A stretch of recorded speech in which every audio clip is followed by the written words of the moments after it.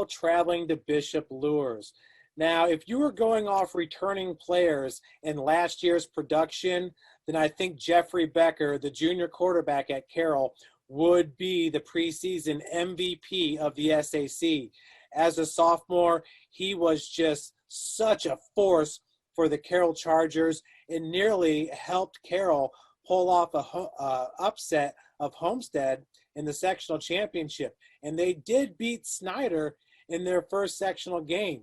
So what intrigues you about the Carroll Chargers entering this matchup? Yeah, I agree with you, Jeff, especially with Luke Goody at Homestead deciding not to come back and play his senior season and focus on basketball, the Illinois recruit. I think a lot of folks thought that was probably the way that would shake out, and certainly it did. I think that opens the door now for Jeff Becker to be kind of the guy, the go-to guy. I don't think he gets near the appreciation for his running prowess. He's really, really good at tucking it and running. He, whether it's an intentional quarterback draw, which they don't do a ton of because I think they want to keep him healthy, but certainly when the pocket is flush, he makes people miss, and he can run hard and lower his shoulder. He's got a nice burst of speed, and he spins it as well as Deuce does over at Northside. I mean, he definitely throws a great ball. They've got some nice returning players this year, led by Mason Englert at receiver. There's always a bevy of talented players at a big 6A school like Carroll that you don't know about yet, but within a week or two, there'll be some names, I'm sure, that we're not familiar with that will surface. But this is a solid Carroll team. I think we've got them third on our power poll, third in the SAC. There are a lot of folks in town that think this is the team to beat this year in the conference. Yeah, and I can understand that, especially with the success of Becker. You always go with the kind of proven quarterback. Liam Ottenweller is pictured on your screen. He's moving from linebacker to defensive end. How did he make the cover in week one? Well, again, another physical player. His big brother moved on last year, a really good Carroll football player. Defensively, they're just solid. I mean, Carroll always is solid. I mean, through the years, I think when the Tranquil boys were there, certainly Drew and Justin, his back-to-back years, a lot of folks just dismissed Carroll defensively as just, having those kind of dominant players. Since then, though, those coaches have done a great job putting good product on the field week after week, year after year. It will be no different this year. They'll be assignment sound, and this is a really talented team, and certainly Liam Ottenweller is right there at the top of the list. You see Cam Hedgecock, who has moved over from Bishop Luers. Now, Bishop Luers will have a returning quarterback. He didn't start every game last year, but Carson Clark can certainly play, and he's going to lead the Knights this year, and they, too, have some dynamic weapons. Yeah, they do. Again, a lot of young guys that we don't know quite about yet. There was a lot of sophomores last week in their scrimmage against Northside who stood out to me on film. One of them is featured there, Jaden Hill, a really sturdy-looking sophomore tight end. They've got a couple really good tight ends, some other linebackers that, wide receivers like Brody Glenn went high-pointed a ball that was a spectacular catch on a post pass from Clark. Brent X, who's joined us this year on Tailgate Talk, really, really was impressed with Carson Clark and his ability to step up in the pocket, throw with confidence. He spent a lot of time in the offseason, and this is a kid that's grown up. He was thrown into the fire last year as a sophomore. He looks bigger, stronger, more confident to me as a junior. As he goes, Luers will go. And I think this offense is going to be dramatically better. I do not anticipate a 3-8 finish this year for Bishop Luers. Well, I can tell you, I was at the Traction AP exposure camp earlier this summer.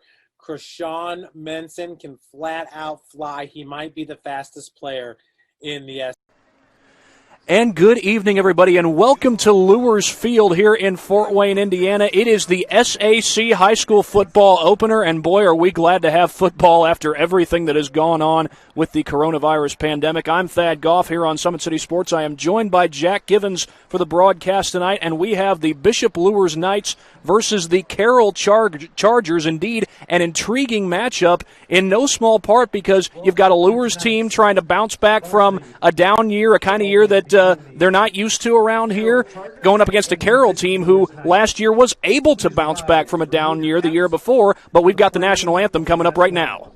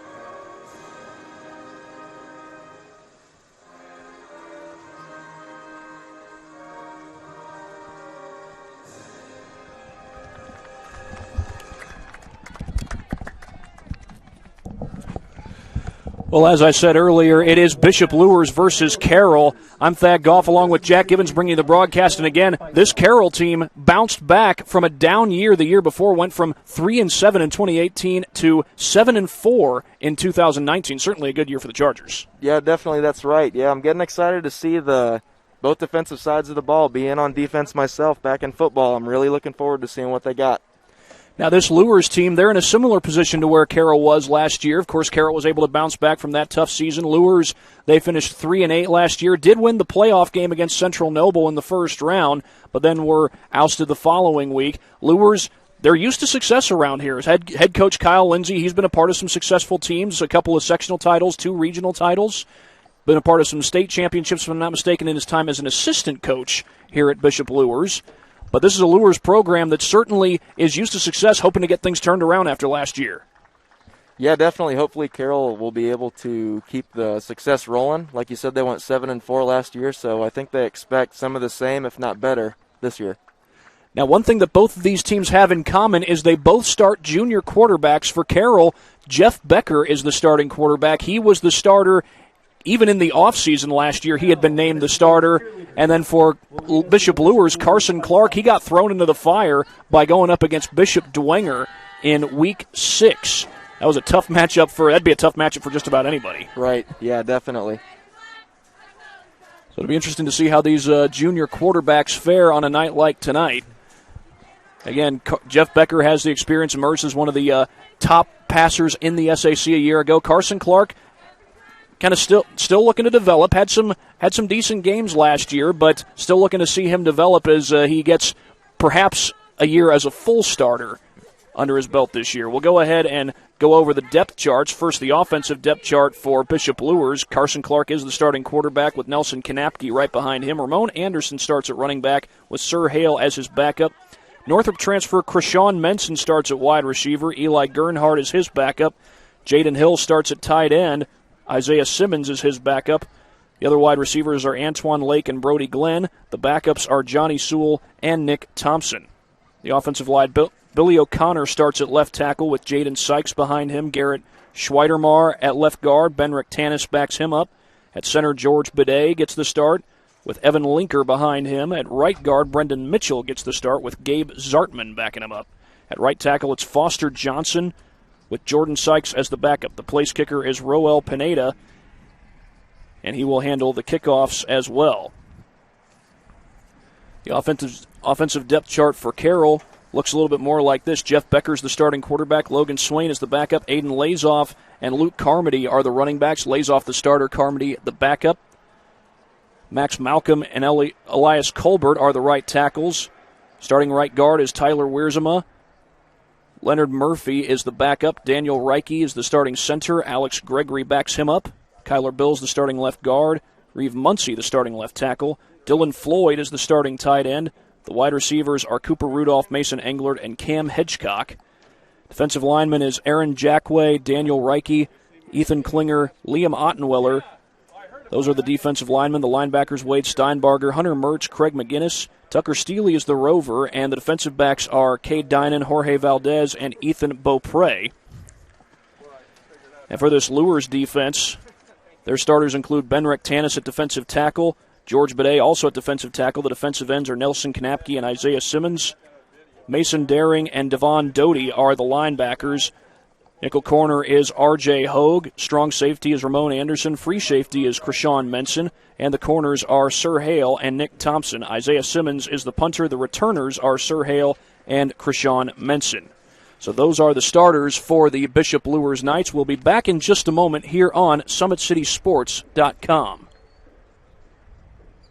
Excited about the place that it put us, and the quarantine hit, and we knew we had guys that were going to work hard at home, but just the idea that we could get a lot of them together working hard at a location with people that know what they're doing was really beneficial. And I think that training did a great job for those guys to kind of get the ball rolling for them, and they came back in the end of June, early July, and it's like they hadn't missed a beat. They were flexible, they were fast, and ready to lift and run and start playing football, so it was a huge benefit for us. To gain an edge on your competition, it starts with a free one-on-one performance assessment. Call 260-266-4007. Parkview Sports Medicine. Become more. Thank you for watching Summit City Sports. To help broaden our coverage, we're asking you to become a monthly sponsor to our Patreon account. We believe in sharing positive stories and are excited to set the standard for how high school sports should be covered. Join us and donate today. Basketball is such a reactionary sport, and we talk all the time about your first 3 steps are the most important: powering out, exploding, the things that they're teaching our kids with changing direction quicker, getting a stronger core. Those things have been very valuable for our athletes. Everything that Parkview Sports Medicine has done has been very applicable to what we do on the court. We're learning how to control our bodies, and that's something that I think our girls have really benefited from. Some of our girls who had some speed and quickness now are becoming more explosive. To gain an edge on your competition, it starts with a free one-on-one performance assessment. Call 260-266-4007. Parkview Sports Medicine. Become more.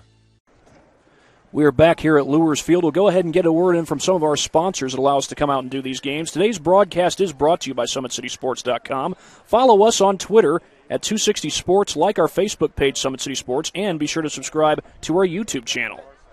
Kelly Automotive Group is Indiana's #1 automotive group. With over 1,000 new vehicles and 500 pre-owned vehicles to choose from, please visit drivekelly.com. Simple, transparent, and reliable. Tom Steel Tire has been servicing the Fort Wayne area for over 40 years. They will help you find the perfect tire for your vehicle and other auto repair services like brakes, wheel alignments, engine diagnostics, and more.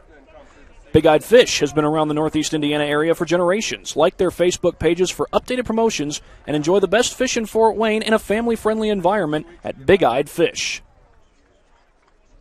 Say goodbye to hidden fees and big banks. Open an account with ProFed today and take the hassle out of banking.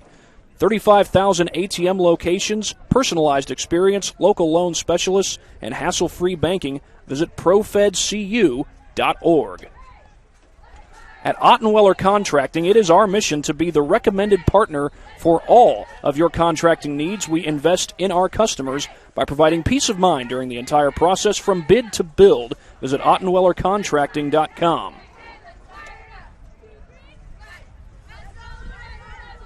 So we are just about to get things started. It looks like they are just about to have the coin toss. The starters, or I should say the captains, are out on the field, and I know that those Carroll kids out there are Cade Dinan and Reeve Muncie. Reeve Muncie, by the way, is a multi-sport athlete at Carroll High School. He's a wrestler as well as being a starting offensive lineman on the football team. He plays both offense and defense, if I'm not mistaken. And there's plenty of multi-sport athletes. And it looks like Carroll has won the toss and deferred. Yes, Carroll has won the toss and deferred, so Luers will take the ball to start the first half. Carroll will get it to start the second half, as we are just about ready to get underway in this first week of SAC football.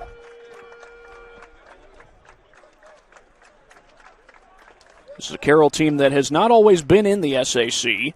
but recently moved to the SAC. That was back in 2015, if I'm not mistaken. And of course, Luers, they've been in the SAC for quite some time. They've won 11 state championships in football in the history of this school. It is a successful program and high standards here at Bishop Luers. Of course, Kyle Lindsay has been a part of Luers as a player, as an assistant coach, and as a head coach.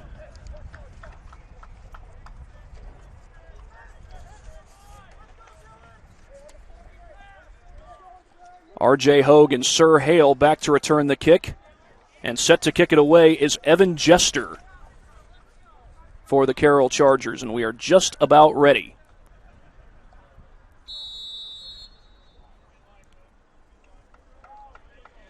And toe meets leather here at Luers Field.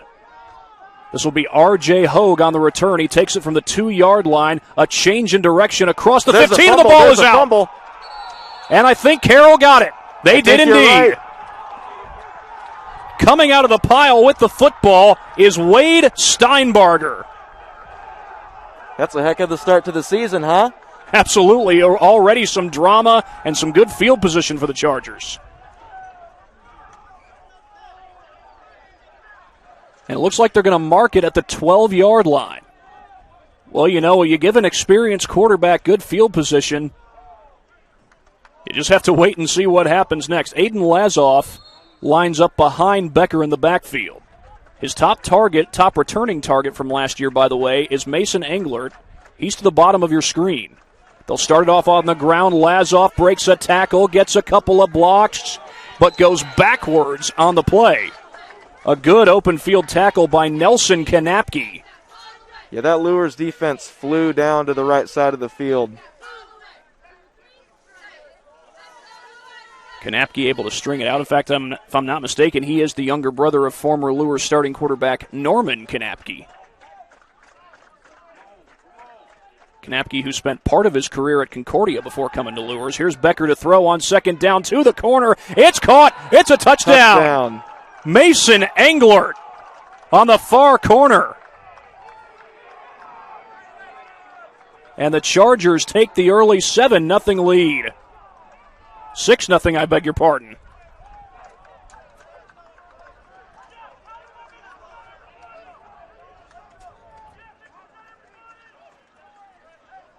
So with that, Carroll, 2 plays in, goes up 6-0. Jeff Becker has his first touchdown pass of 2020.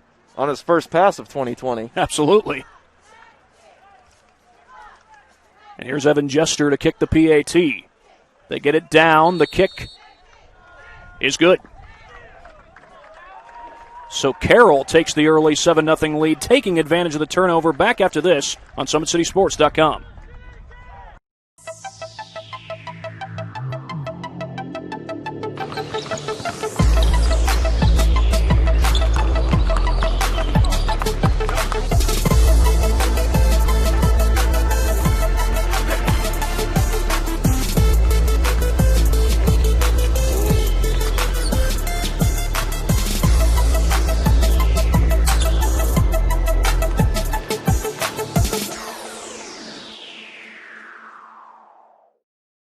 The Kelly Automotive. A 7-0 lead for the Carroll Chargers. A 14-yard touchdown pass from Jeff Becker to Mason Englert. And now back to return the kickoff once again are R.J. Hogue and Sir Hale. And it was a fumble on the opening kickoff that led to the touchdown. And I beg your pardon, I believe that's actually Caleb Scheiber, number 34, who's back there to return. Check that, it's number 24, Nick Thompson, and he lets it go through the end zone. So this time, Bishop Luers will secure themselves a possession. Well, while we have a moment, we'll go ahead and show you our Traction AP replay. This was the last play from scrimmage. Jeff Becker finds Englert in the far corner. A little toe tap to get the touchdown.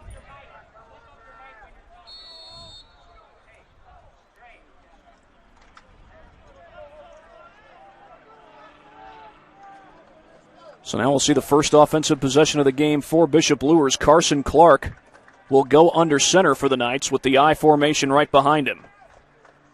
He'll fake the handoff on first down, gets protection, lofts it down the field, and a little bit too high. Looking for Brody Glenn. Good defense, number 4, Cade Dinan on the play on that post. He's looking for Brody Glenn, who plays both wide receiver and defensive back. Again, Carson Clark was thrown into the fire last year in a game against Bishop Dwenger. The Knights went on to defeat Bishop Luers in that particular game. They were defeated by Carroll in last year's opener over at Carroll High School. 42-0 was the final score there. The year before that, it was a close matchup here at Luers Field. Low snap. Little slip pass over to Sir Hale. Check that, it's Ramon Anderson getting the slip pass, and he gets out to the 25-yard line, gets something out of nothing. Yeah, good little pickup of 5 yards on the missed snap. Into the game comes Eli Gernhardt. He's a junior wide receiver, also plays defensive back. He'll give Isaiah Simmons, the tight end, a breather. And Anderson will be the lone back here on 3rd and about 5, maybe 6. Another low snap. Clark picks it up, rolls to his left, throws on the run, and it is incomplete. Brody Glenn came back for it but couldn't make the grab. And now Luers will be forced to punt it away.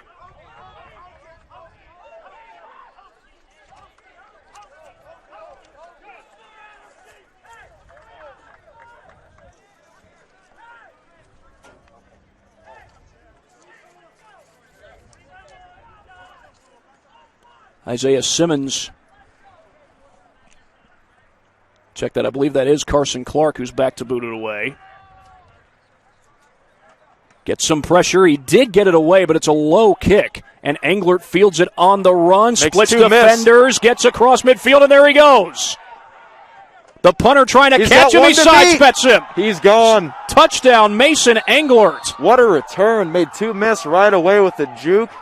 That was awesome. Very good move. Number 7, Mason Englert. And Carroll adds to their lead. They had a defensive touchdown in last year's victory against Bishop Luers. And thanks to a fumble on the opening kickoff and then a punt return by Englert, Carroll is now up 13-0. Yeah, special teams for Carroll doing a big thing right now.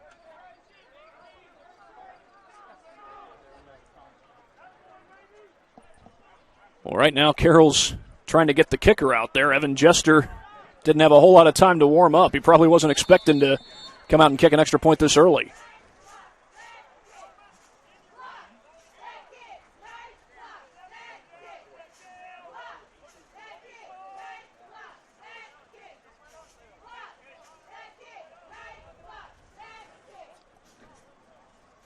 They get it down. The kick is good. 14-0. Carroll has jumped out to a huge lead so far. We'll be right back in just a moment here on Summit City Sports. This is an invitation to join a movement propelled by people who care and members who have a share in the place they bank. Good morning, Sam. So when you have the chance to get your first home loan, you know an expert will guide you every step of the way. Or when it's time to buy your new car, you'll be treated like more than just a credit score. Good news, ProFed can get you that payment. This is an invitation to a place where simply belonging can help enrich your whole community. ProFed Credit Union. You're invited. I was once a Southside kid who was led on a journey by high school football. A journey that taught me discipline, toughness, and the skills that made me a success. As a businessman with a CPA license who owns his own firm, I still use the building blocks of high school sports in my everyday life.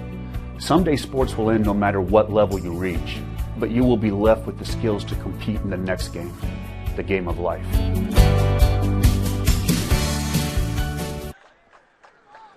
Well, a 14-0 lead for the Carroll Chargers. Special teams playing a big role, and this one did not go into the end zone. It is going to be returned. A broken tackle and getting it out to the 25-yard line is Nick Thompson, a multi-sport athlete here at Luers. He's a sophomore. Saw quite a few minutes on the basketball court this past year. The Luers basketball team that went on to win an SAC championship. But anyway, here is Luers, their second offensive possession of the game. Their first offensive possession was a 3-and-out, and that was right after the fumble on the opening kickoff. And you know Kyle Lindsey has got to be trying his hardest to get his kids to keep their heads up. Yeah, going down 14-0 with 10:25 left, it can't be a very good feeling on that Luers sideline. They just got to get out and play their best. Here's Ramon Anderson on the handoff, trying to bounce it to the outside. And gets about 3, maybe 4 yards on the play. Going to call it a 3-yard gain on first down.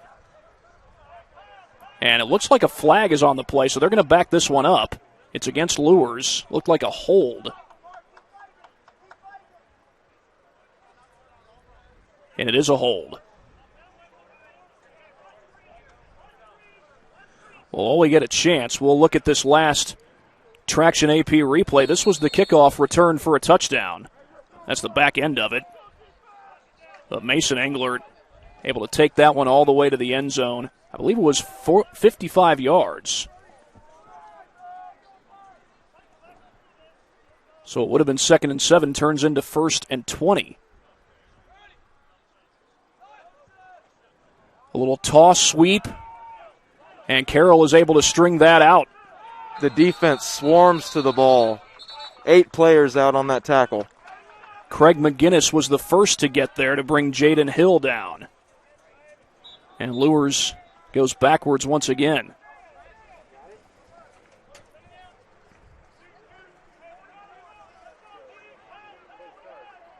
Well, they went 3-and-out on their last possession, Luers did.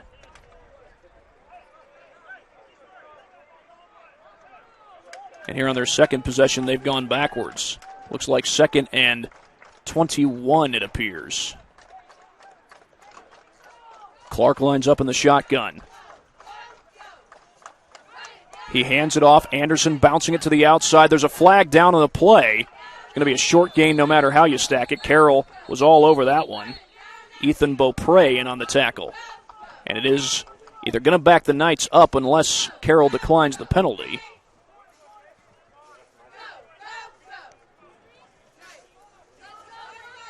Jack, you taking this penalty or declining it?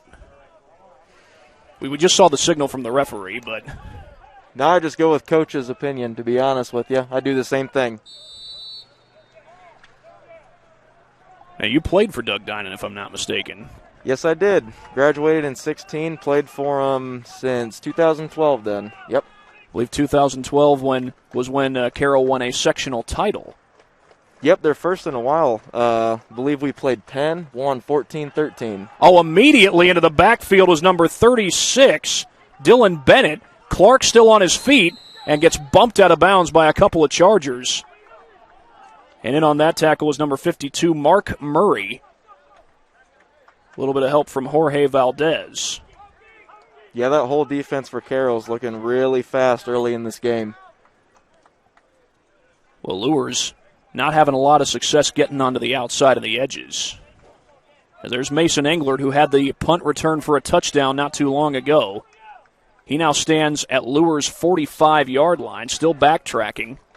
Low snap, and it's a low kick as well, perhaps trying to get it away from him, but Englert will field it, and this time a shoestring tackle across the 40-yard line. Eli Gernhardt made the tackle, but Carroll will start with excellent field position. Special teams playing a role early on in the game. Yep, definitely. It's going to be a big part of the game for the rest of the time, it seems. Well, Carroll shut out Bishop Luers a year ago, but the year before, here at Luers Field, these two teams played in a dogfight. 21-20 was the final score, and I believe it was Justin Gaston who ended up scoring the essential game-winning touchdown. Empty backfield for Becker here on 1st and 10.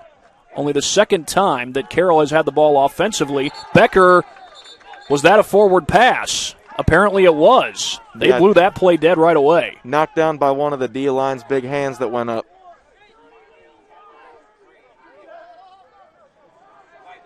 Well, that was just the third offensive play run by Carroll so far today. They had a negative run play and a touchdown on the first drive. Here's Lazoff, and he's drilled in the backfield.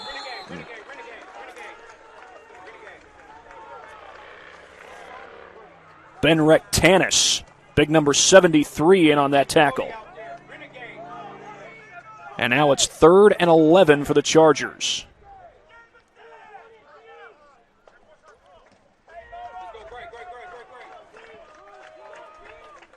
Four wide receivers on the field for Carroll, 3 to the top of your screen. They roll Becker to the left, away from his throwing hand. He throws on the run, and it's through the hands of his intended receiver. He was looking for Bowden Height. Yep, there we go. Luers got a good stop. Let's see if they can do something on offense. Now Carroll will have a chance to pin Luers deep, but a stop like this could potentially be the thing that maybe changes things in Luers' direction. We'll have to wait and see. Yeah, they have Becker out there right now. Looks like they're going to go for it on 4th and long. Well, that's 4th and 11. Interesting decision. Aiden Lazoff is in the backfield right next to Becker. And now he steps back. I wonder if he might just punt this thing away. He's 8 yards behind the line of scrimmage. Who knows? He will punt it, and he gets it away. They got good pressure that time. And Luers is going to be best served just to let this one go. Yeah, that was touched first by Cameron Hedgecock. This is kind of a homecoming for Cameron Hedgecock. He played at Luers the last couple of years, and now for his senior season, he comes back to Carroll. He was an NACS student in middle school, back when he went to Carroll Middle School. Of course, that's Northwest Allen County Schools for those of you outside the Fort Wayne area. And I know there are some people who may be watching this game from outside the Fort Wayne area. I've got an aunt and uncle visiting from Amarillo, Texas. I don't think they're watching right now, but they can watch the replay. Meanwhile, Carson Clark lines up in the shotgun, looks to take the snap, and hands it off to Ramon Anderson. Anderson trying to bounce it outside. Finds some room on that left side and gets out of bounds at about the 20. Perhaps even further across it. And that's a really good gain out to the 22-yard line. Make it 2nd down and about 2. Well, we've seen early on, Luers has been trying to establish the ground game. Up until that play, really hadn't had much luck.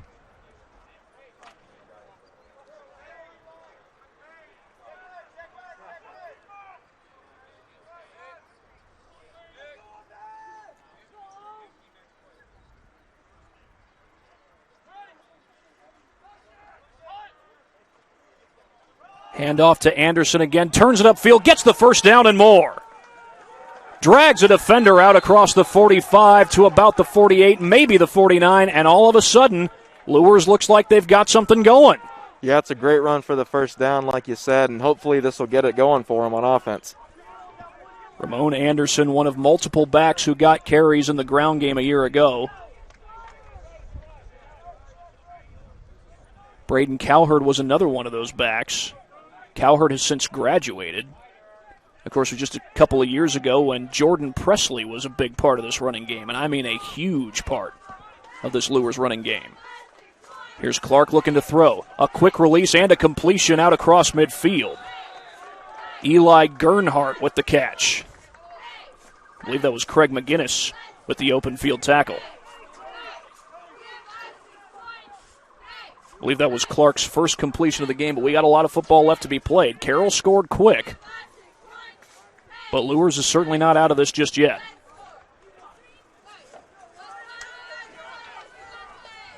Well, now Sir Hale lines up in the backfield. Luers does have a couple of sophomore backs in their roster. We'll see if those guys could get into the game as we go on. The snap to Clark, a blitz comes. He gets it away. And knocked away at the last second. Michael Dirkman, I beg your pardon. Number 21 for Carroll. Clark was looking for Jaden Hill on the pass.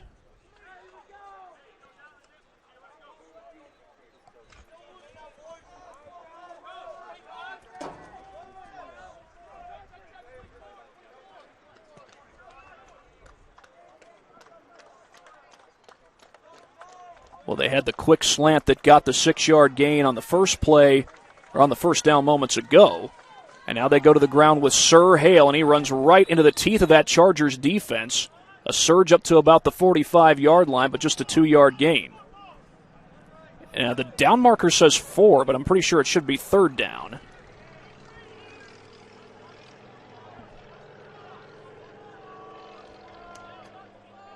They had the big run by Anderson to get the first down. And I believe it was the very next play when... No, I beg your pardon. It is 4th down, and Luers is going to keep the offense on the field. Yeah, I'd be going for it, too. They just had that huge run. They're trying to keep this live streak going. Here's Clark to throw. Goes to the sideline, a quick hitter. Knocked away. Looking for Nick Thompson, and Carroll will take over. Great defensive play on that far sideline. I couldn't catch the number. And nor could I, but it's a big stop for the Carroll Chargers, as it looked like Luers was about to establish some momentum, but now Carroll can take it right back.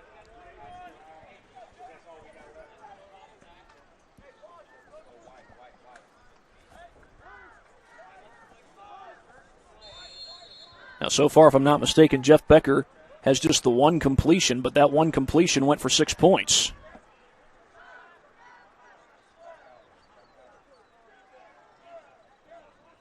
Luers will bring pressure. Becker looks to throw. Looking to take a shot, running out of time, and he will be sacked.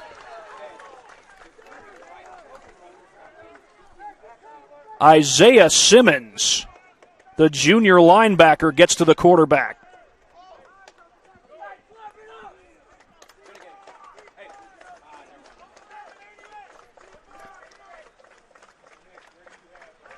So what was early on a special teams matchup has become a defensive struggle.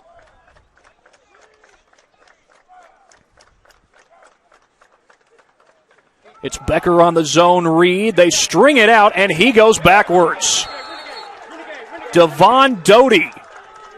A little bit of help from Jaden Hill, along with Antoine Lake. Yeah, defense is starting to come alive here. That Luers defense flew down to the near sideline to wrap Becker up for a loss. Back-to-back negative plays forced by this Luer defense. And now Carroll will line up in the pistol here on 3rd and 18. Low snap. Becker picks it up. He's going to run with it. Gets what he can. Gets a lot of it. Goes out of bounds. Appears to be short of the first down. Yeah, they're going to mark him, it looks like 2 yards short. He needed to get to the 45. He got to the 47. And Carroll does not want to punt here. They want to go for it. Yeah, Jeff Becker's still on the field. You know, it's kind of an interesting setup with you've got the Luers coaches here next to us, and then on the far side of the field, you've got some of the Carroll coaches. Becker will go under center here on 4th and 2. Pressure shown. Did somebody move? A flag is down. Little pushing and shoving after the play there. The ref had his hand in his pocket. It's going to be offsides. That's going to be a first down. They'll move the ball out to the 42-yard line. After a couple of big negative plays forced by this Luer defense, Carroll is able to move the chains via the penalty. Becker lines up in the shotgun. Pressure comes. Becker sets up the screen to Aiden. Lays off, trying to break free. A good, tough run after the catch. Had 2 or 3 black shirts around him.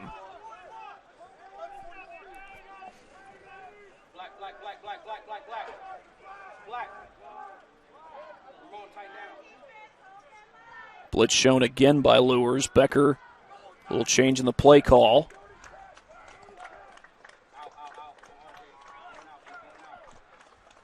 Becker looks to throw. Across the middle, complete to Bodenheit, and a good open field tackle. R.J. Hogue stopped him short of the line to gain.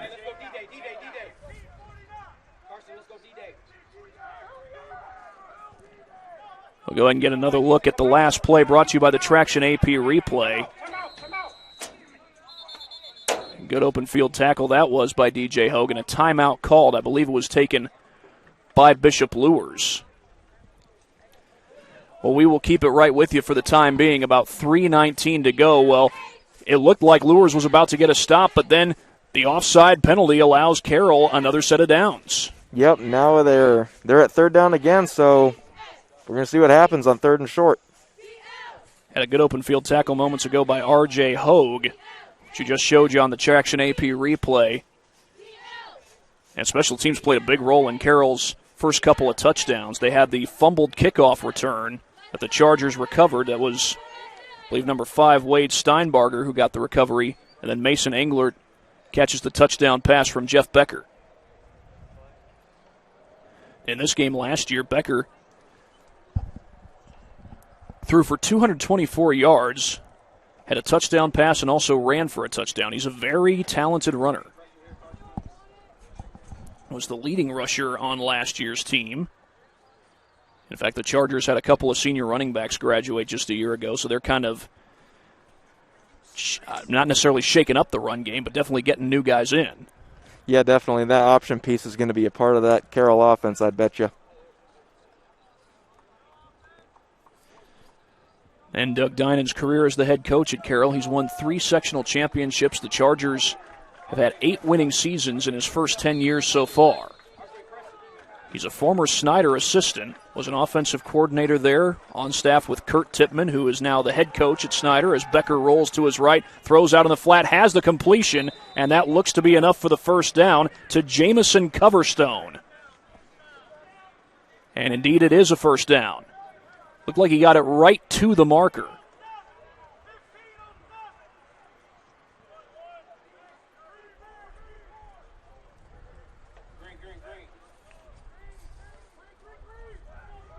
So we're seeing Becker hit some completions at key moments here. He looks to throw a quick release away from his body, and that is going to be ruled a catch, I think.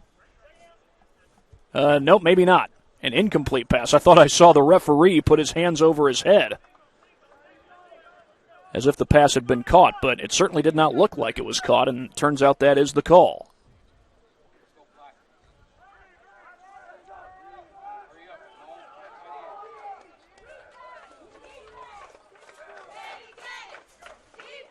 Snap to Becker, a toss to Lazoff.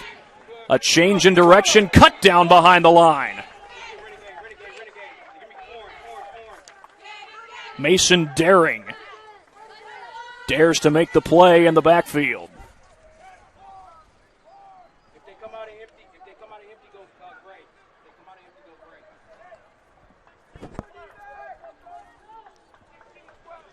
Well, I mentioned that Becker had the touchdown pass to Englert for the first score of the game. The second touchdown was Mason Englert returning the ball 55 yards to pay dirt on a punt. This is 3rd and 12, meanwhile, for the Chargers. Becker to throw. Goes to the sideline. The pass is complete. Englert with a change in direction, and he will get the first down. Changes direction again. And one more time. Touchdown. Mason Englert's got 3 on the day so far, and we're still in the first quarter. It's the Mason Englert show here at Bishop Luers. The senior wide receiver was the second leading receiver on last year's team. And Becker has hit him for 2 touchdowns today, plus that punt return for 6. And much like last year, it is Carroll out to the big lead early on. I mentioned Snyder earlier. That is exactly who Carroll gets to play next week. That'll be their first home game of the season. The kick is up and good. Evan Jester 3 for 3 in the kicking department.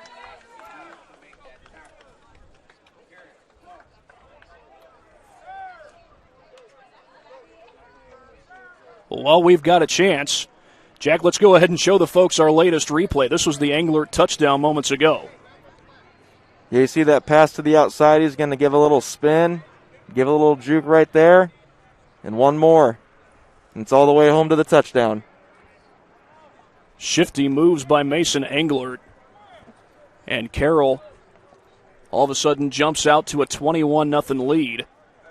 The road ahead is certainly not going to be easy. I mentioned they've got Snyder next week, and Snyder, they are bringing in some new starters this year, but that's a team that has great tradition. They're known for nothing less than success.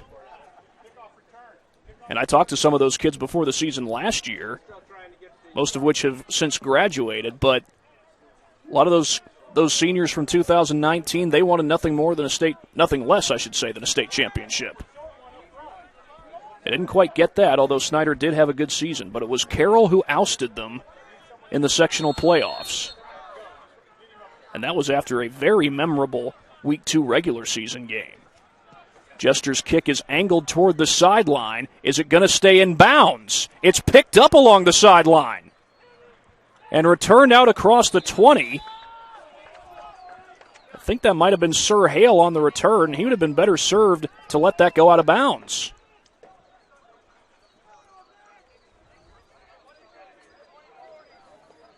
Now, it's not bad field position, but you let the kick go out of bounds, you're looking at starting at the 35 as opposed to your own 22.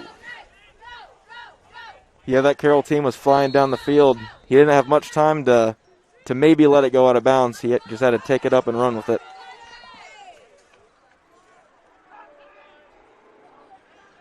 Four receivers on the field for the Knights.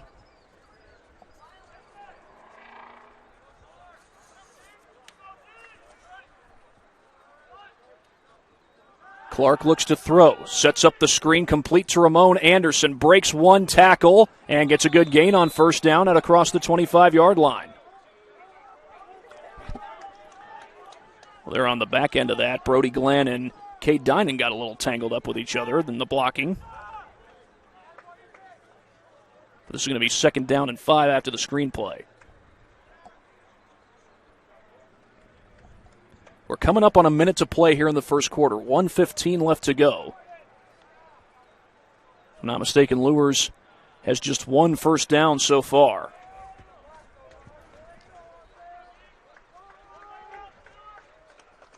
Clark operates from the shotgun. He fakes the handoff, a lateral. That ball is loose, and it's picked up by Sir Hale, and he's driven back. He lost yardage on the play, lost about a yard, maybe 2, and it's going to be 3rd and long.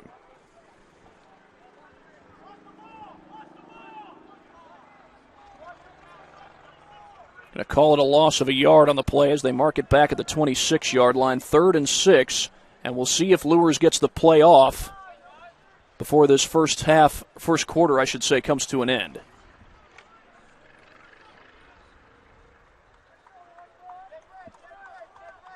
Ramon Anderson remains the lone back. Clock's down to 14 seconds. Clark bobbles the snap, rolls to his right. The lefty in trouble and slips and falls with a defender right in his face. That was Jordan Hickson who got the pressure, and that is the end of the first quarter. Well, we'll come back in just a moment for the start of the second quarter here on SummitCitySports.com. This is an invitation to join a movement propelled by people who care and members who have a share in the place they bank. Good morning, Sam. So when you have the chance to get your first home loan, you know an expert will guide you every step of the way. Or when it's time to buy your new car, you'll be treated like more than just a credit score. Good news, ProFed can get you that payment. This is an invitation to a place where simply belonging can help enrich your whole community. ProFed Credit Union. You're invited. I was once a Southside kid who was led on a journey by high school football. A journey that taught me discipline, toughness, and the skills that made me a success. As a businessman with a CPA license who owns his own firm, I still use the building blocks of high school sports in my everyday life. Someday sports will end no matter what level you reach, but you will be left with the skills to compete in the next game, the game of life.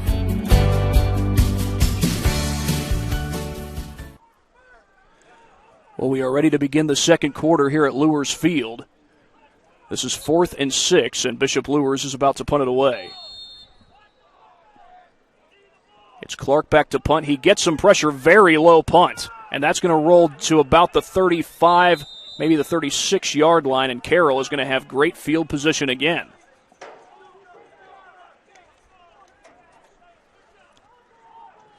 Well, special teams have been the story early on. In fact, it was the fumbled kickoff return that set Carroll up for the game's first touchdown.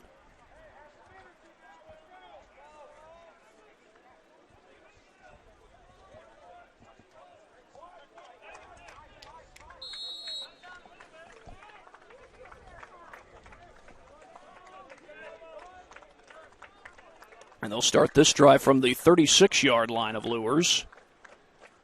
I believe that's still Aiden Lazoff in the backfield. He's gotten the bulk of the carries. He'll get another one here. Fights through a couple of tackles and gets inside the 30.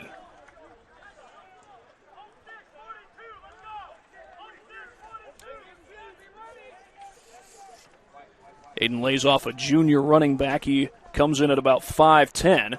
Was expected to split time with Luke Carmody, although it's been all Lazoff as far as the ground game is concerned.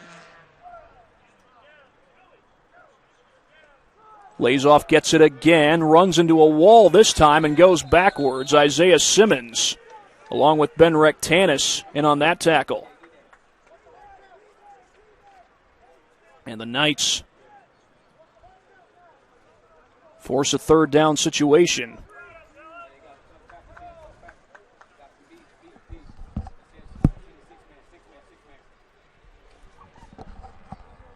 Now, the Chargers are technically in field goal range, although at this level you don't see as much of the 46-yard field goal as you might at the college or pro levels.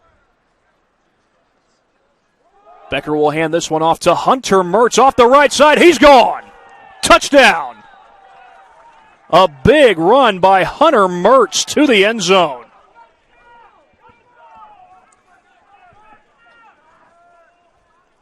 He is the only running back aside from Lazoff to get a carry in this game, and he had the best looking carry so far.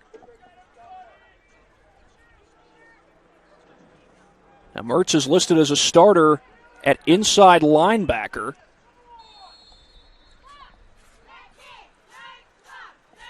A little further down on the depth chart as far as offense is concerned, but it gets a big 29-yard touchdown run just moments ago, and Evan Jester tacks home the extra point. It is all Chargers here at Luers Field.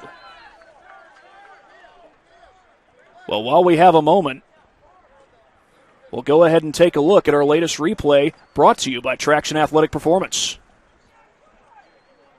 Yeah, you see Carroll in the backfield, those three big bodies back there setting up the blocks, all for Mertz to get into the end zone. Mertz did get some carries at running back a year ago. He's listed as a starter on defense. I mentioned before he's a starting inside linebacker. A little further down the depth chart when it comes to running backs. But that was a heck of a run, very well blocked by these Chargers.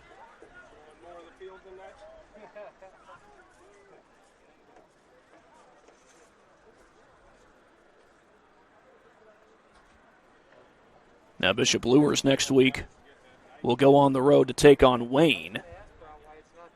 That's a Wayne team that is in their first year under head coach Sherwood Haydock, a very experienced head coach.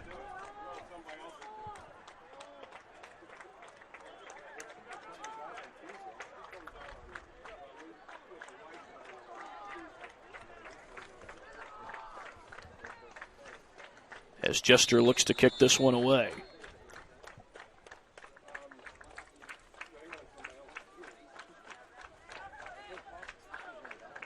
Hoping to get you some scores from other games around the SAC as soon as we can.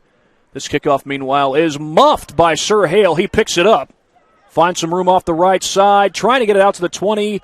He did, to about the 21-yard line. So Luers with a big hill to climb, just a minute and a half into this second quarter.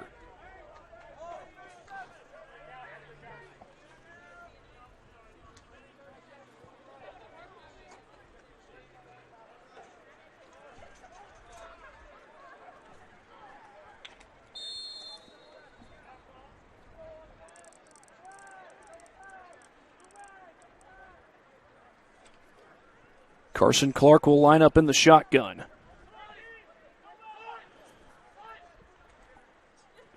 He hands it off to Ramon Anderson, sidesteps a man. Flag is down on the play. It's a first down if the play stands, but the flag was thrown in the backfield by the referee. And just as soon as Luers seems to get it going, there's a flag in the backfield, like you said. And by the looks of things, it looks as though they're going to move this back. Back judge is standing at the 35-yard line, which is where the play would go if it were to stand, but Luers is marching backwards. It's a hold. Well, we got one score update for you. In the first quarter, Concordia leads Southside 7-0. That's just down the road from us. In fact, I believe our own Tyler Sorg is broadcasting that game for Summit City Sports. Of course, some of the other games going on include Northrop versus Homestead, Northside versus Snyder, and Wayne versus Fort Wayne Bishop Dwenger. Meanwhile, this is 2nd and 20. Handoff to Anderson again, dances away from one tackle, but then runs into a wall. Maybe got a yard or two on the play.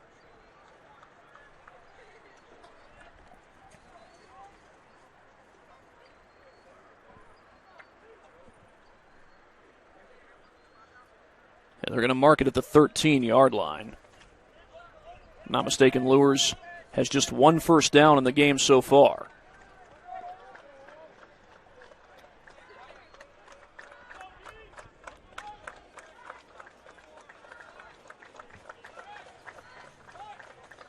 Clark rolls to his left, looking to throw to the sideline and completes it to Brody Glenn. He goes down right after the catch.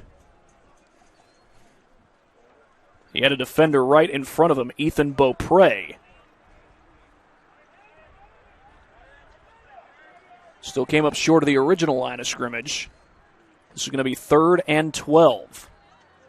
And we've seen Clark throw the ball downfield once. That was an incompletion in the direction of Jaden Hill. That was early in the first quarter. And they'll spread the field out here on 3rd and long.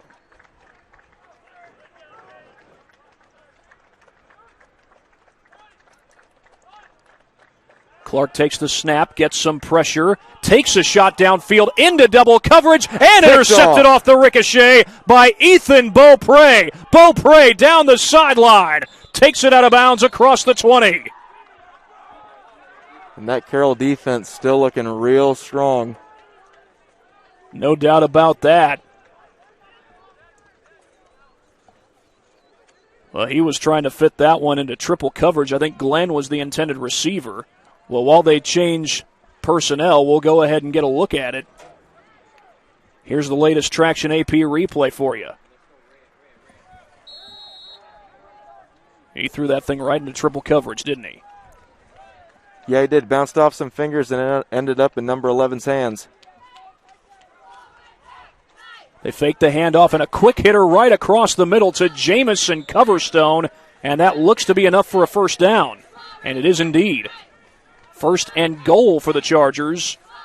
I think it looks like they may be right at the 10-yard line. And the Chargers, they're going to huddle up here. I thought they were going hurry up for a second there. Yeah, just when you think that the huddle is obsolete in the game of football, you see a team like Carroll go into the huddle. They hand it off the left side. A good second effort. I think that was Lazoff getting the carry. Check that. It's Hunter Mertz, who had the touchdown not long ago.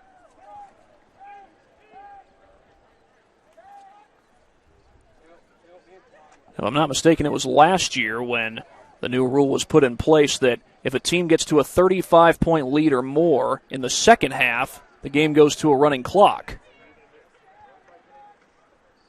Handoff to Mertz again, right up the middle, hurdles his way in for the touchdown. The acrobatic ability of Hunter Mertz. And Carroll is pouring it on.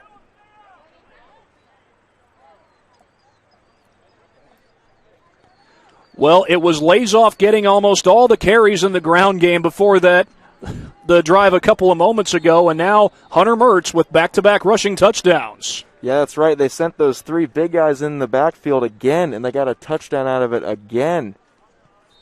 Evan Jester's PAT is good. Well, the Carroll Chargers have come into Bishop Luers and opened things up. 7:39 to go here in the first half. Luers is going to get the ball back, but the turnover was what led to the touchdown. We'll show you that one more time while we have a chance.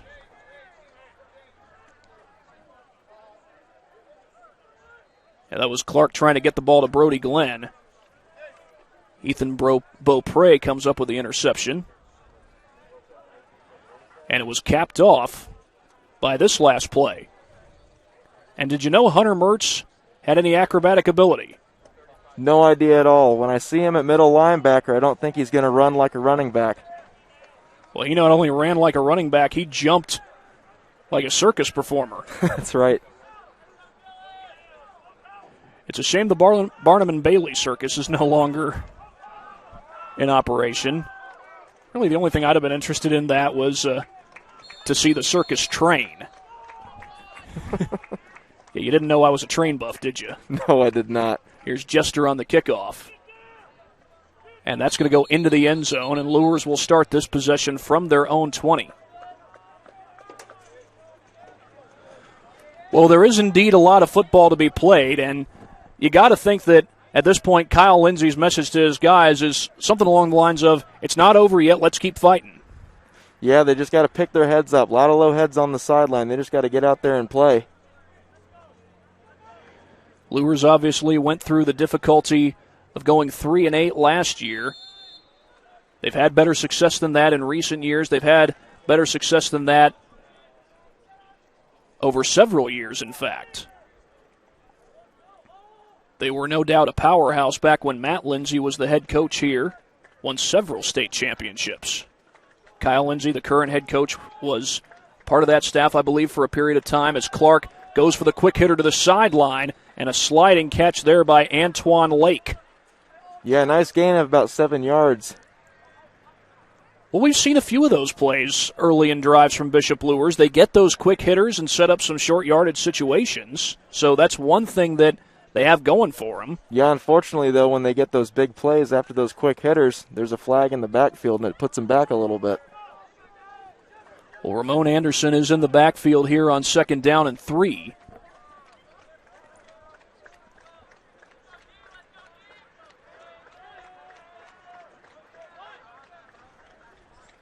Handoff to Anderson, turns it upfield, 1st down and more. Trying to drag a tackler with him. He gets out across the 45. Yeah, it's a big run by Anderson. Maybe the thing that finally sparks this offense to get scoring. Clock stops with 6:53 to go.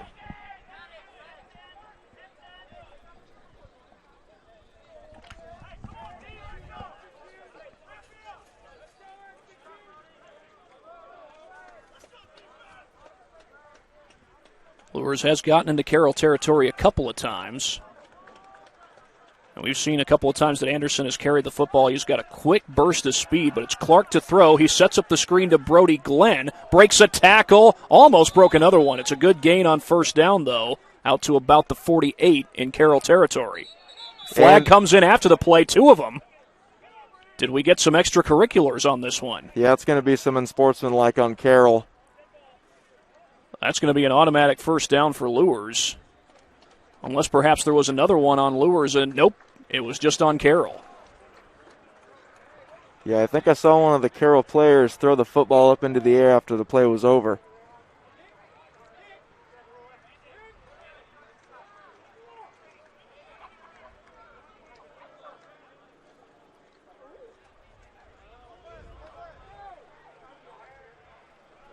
So with that moves the ball down to the Carroll 32-yard line. Yeah, Coach Dinan on the other sideline can't be happy with that, with his defense being even more back into its end zone right now. Well, we've got an update. Concordia has padded their lead against Southside. They are up 16-0. They fake the toss sweep. Here's Clark looking for the keeper, trying to dance away from a tackler. He gets positive yardage out of that, but it's just about a 1-yard gain. I think Mertz might have been in on that tackle. A little bit of help from Aaron Jackway.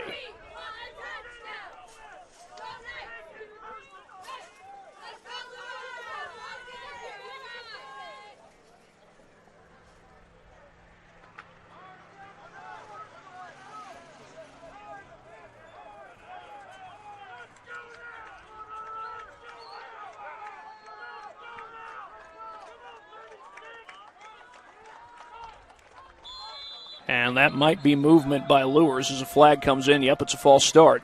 It's going to back him up 5 yards.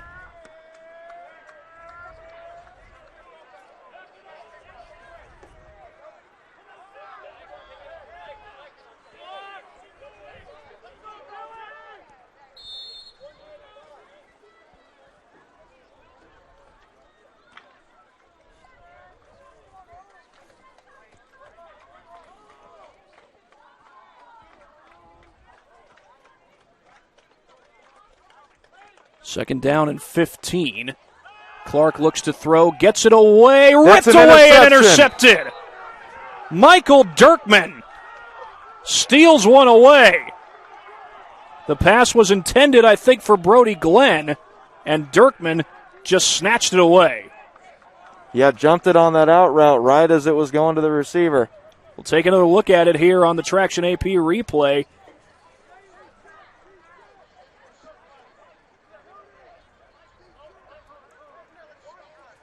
He just stole one away from Brody Glenn. Another turnover forced by the Carroll Chargers.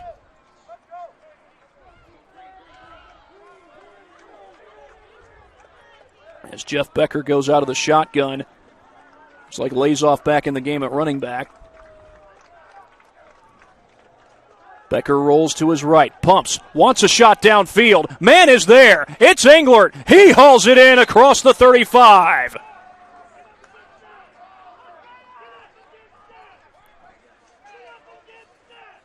Yeah, it's a big pickup by the offense. Caught him with a double move out on the outside with Englert. With that rollout, they've been going those quick outs every time, and they got him on that double move.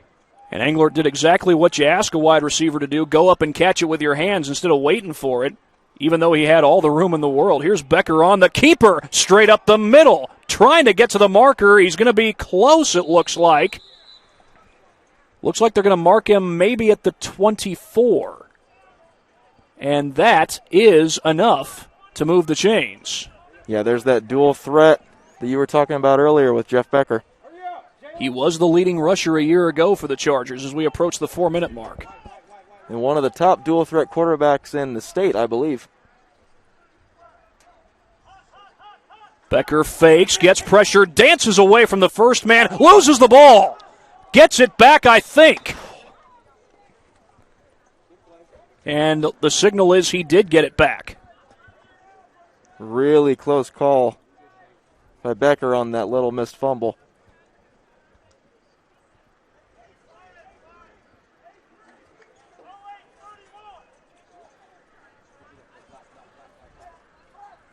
Well, he had a tough run on the play before. Certainly was not expecting to have the fumble on that last play, but he did get the possession back for his team. Becker looks to throw. Receiver slips and still makes the catch. It's Englert.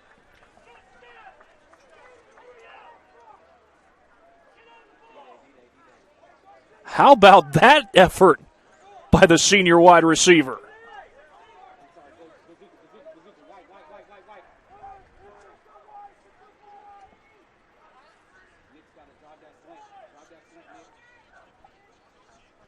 Becker will keep it again off the fake, trying to get to the pylon, still on his feet, reaching for the goal line, touchdown. Very physical touchdown run by Becker at that.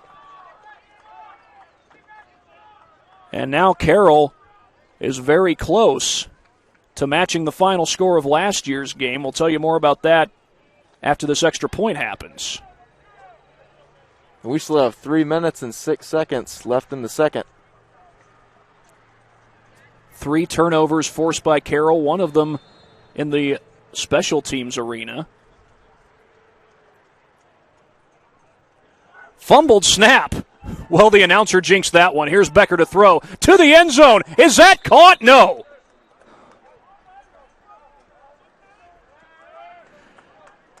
Well, yeah, you can blame the announcer jinx on that one. The final score of last year's matchup between these two teams was 42-0. It's 41-0 right now. We're just an extra point away from that. But Carroll has opened things up here at Luers Field. Heck of a start, and I don't think anybody's surprised by the fact that Carroll's playing well, Becker's having a good game, they're running the ball well. That's come to be expected of Carroll in recent years. Yeah, definitely. Success is just becoming a part of that Carroll football history, and we're watching it right now. It's a school that has won 3 sectional championships under head coach Doug Dinan. He's a former offensive coordinator at Snyder. And, of course, he was on staff with current head coach at Snyder, Kurt Tippmann. Tippmann, of course, was the defensive coordinator. He's now in his 12th year as the Panthers head coach.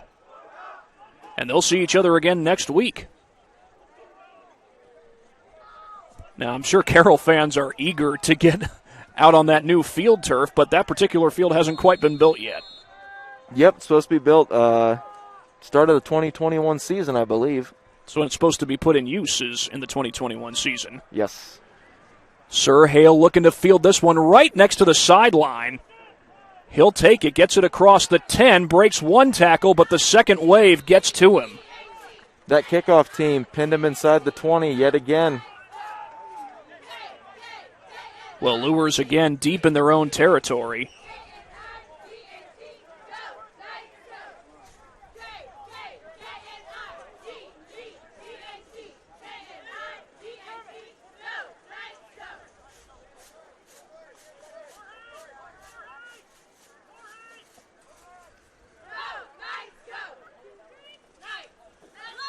Score remains 16-10 over at Southside. Concordia with the lead over there. We're not too far away from Southside High School. That's two teams that have really good running backs. Matthew Morris at Southside, and at Concordia they got Amir Drew, who's rushed for over 1,000 yards each of the last 2 years. The give to Anderson, and he goes backwards. Craig McGinnis, Reeve Muncie, and others in on that tackle for the Chargers. Well, this Carroll defense having a heck of a night. And I beg your pardon, I think that was actually Mark Murray, number 52. Reeve Muncie's number 55. And he's a big-time wrestler for Carroll High School as well. They're coached by Dan Briggs. It's a program that is very much used to success. Clark back to throw from his own 1-yard line to the sideline. Incomplete. Right through the hands of the intended receiver, Antoine Lake. And now it's going to be 3rd and 13. The Luers, on a number of occasions, Jack, has gotten themselves into these 3rd and long situations. Yeah, that's right. And they haven't really been able to do much out of them except those few big plays that they've had. So we'll look to see if they have a big one here. They've yet to hit a downfield shot so far. We'll see if they go that way on this particular play or maybe with a quick slant. Clark lines up in the gun. And whistles blow. Is that going to be delay of game? False start on the offense, it looks like. Indeed, it is a false start. So now Luers is going to be backed up to their own 6-yard line.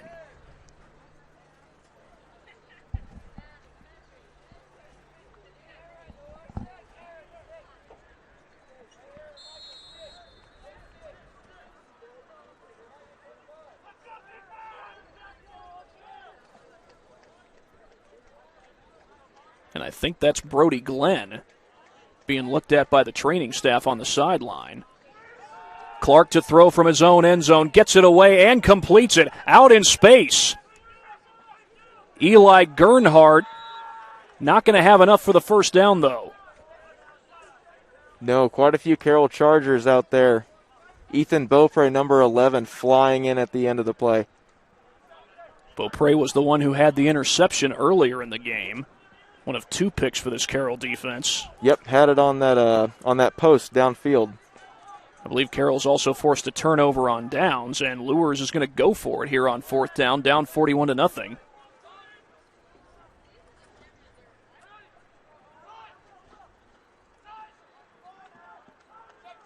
I wonder if he was maybe trying to go with a hard count to draw him off sides. If he does that, that would be enough for the first down. And now Luers is going to call a timeout.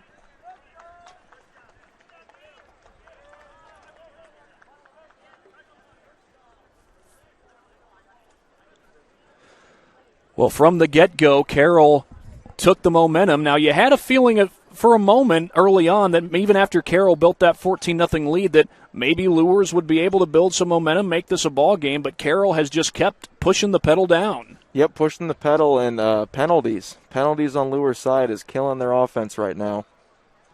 The turnovers have also played a big role. Carroll has forced turnovers on the last 2 Luers possessions. Yep, everything so far in the first half is all going Carroll.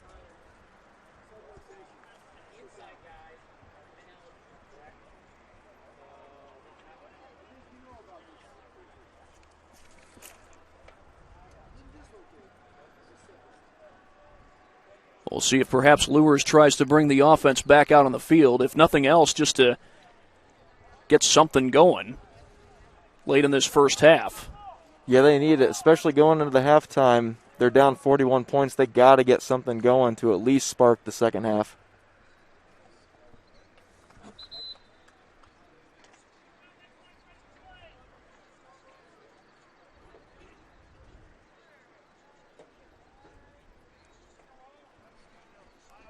Yeah, it looks like they are going to keep the offense on the field.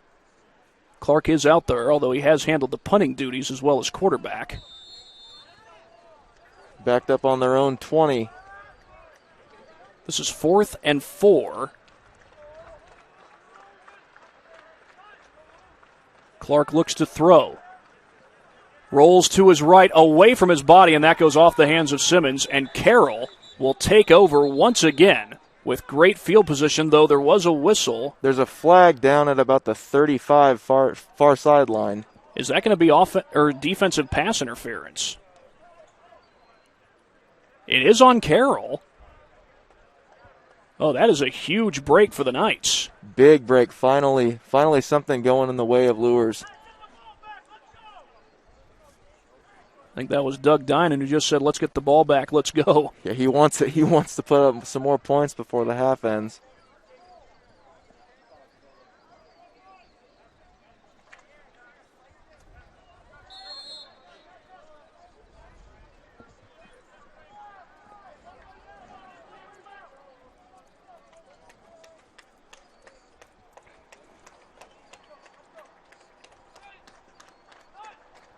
Snap to Clark. He looks to throw, gets pressure, gets it away, complete.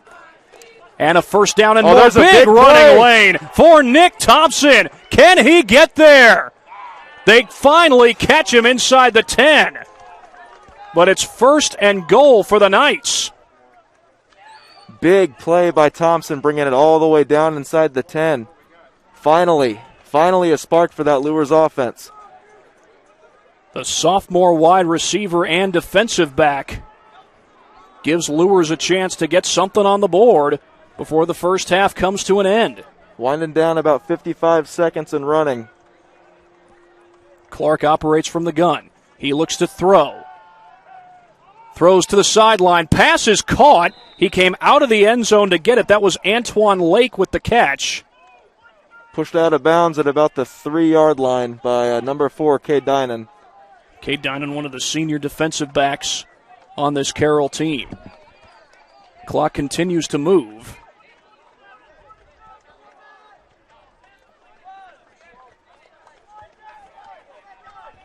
It's down to 29 seconds. I formation for the Knights. The give to Anderson. Turns it upfield. Touchdown.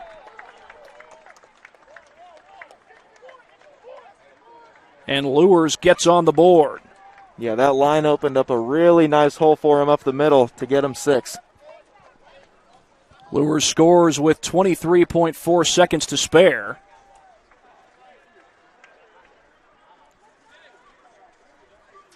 I'm pretty sure if they get this extra point, that would mean that it's not going to be a running clock, at least not right away, when we come out of the second half. They get the snap down, and the kick is good. 41-7.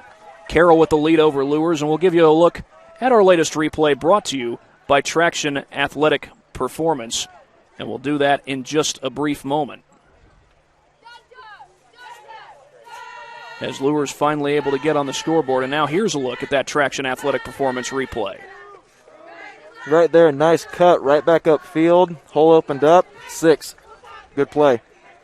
Ramon Anderson, a senior, was one of the top rushers on this Luers team just a year ago. He, along with Braden Cowherd and C.J. Hale,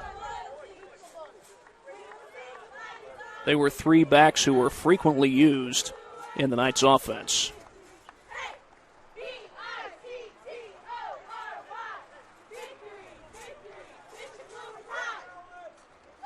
Now the Knights about to kick it away. Chargers will get it one more time, but up 34 points with 23.4 seconds to go. I wouldn't be surprised if they take a knee here. Especially because they're getting the ball at the start of the second half, too.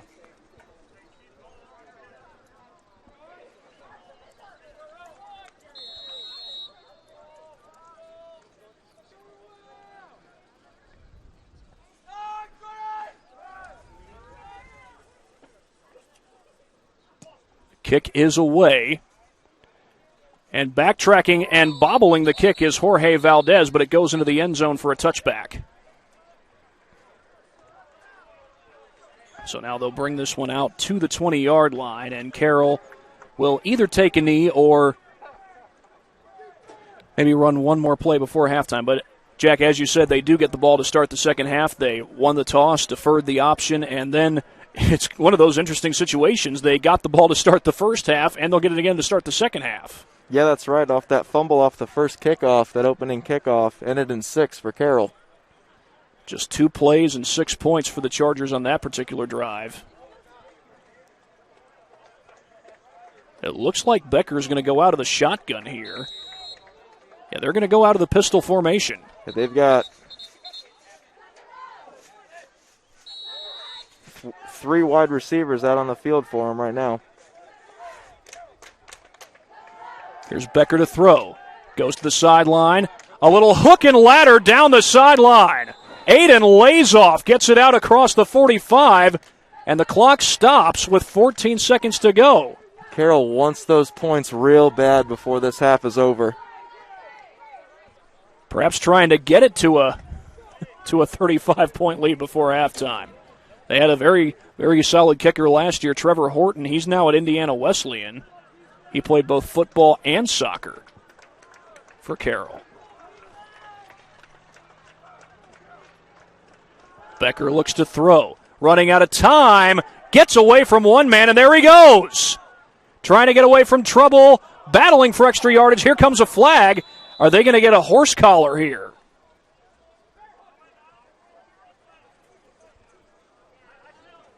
The officials may discuss this. It's just a question of did he grab inside the jersey?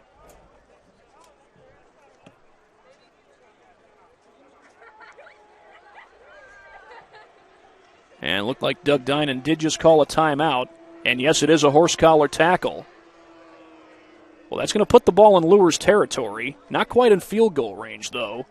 And, well, one of the reasons for the timeout was just simply to stop the clock. But the other, perhaps, Doug Dinan trying to figure out, does he keep his offense on the field or go for the long field goal? It looks like a field goal from here would be 53 yards out. And that's a long field goal at really any level. It's long for the NFL, although the NFL record is 63. And in case you're wondering who owns that record, it's shared by a whole bunch of kickers. David Akers hit a 63-yard field goal at Lambeau Field back in 2012. Of course, I believe it was Tom Dempsey who was the first to hit one from that distance. Carroll's going to keep the offense on the field for the final play of the first half.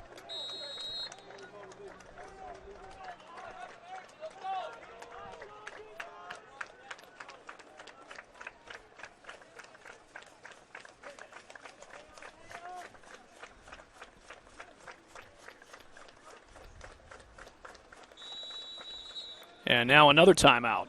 This one called again by Carroll. Not sure if Dinan liked what he saw there as far as formation goes. But once again, a timeout is called.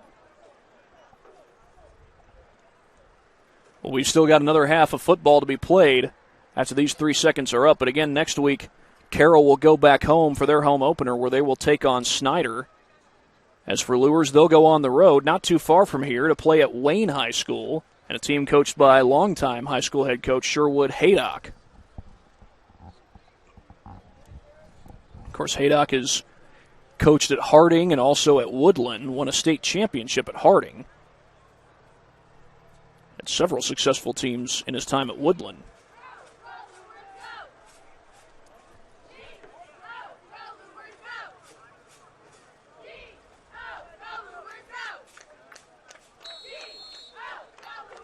So again, Carroll will operate from the shotgun with just 3 seconds to go.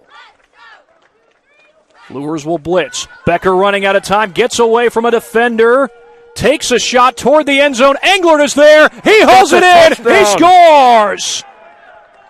Right before the half, Mason Englert with his third score of the game. Yeah, that heavy blitz came off the left edge, and Becker noticed it right away, spun out, and threw a really pretty ball downfield to Englert for the score. The final play of the first half goes for 6, and Carroll is up 40. Just one more play left before halftime, and that's the extra point by Evan Jester.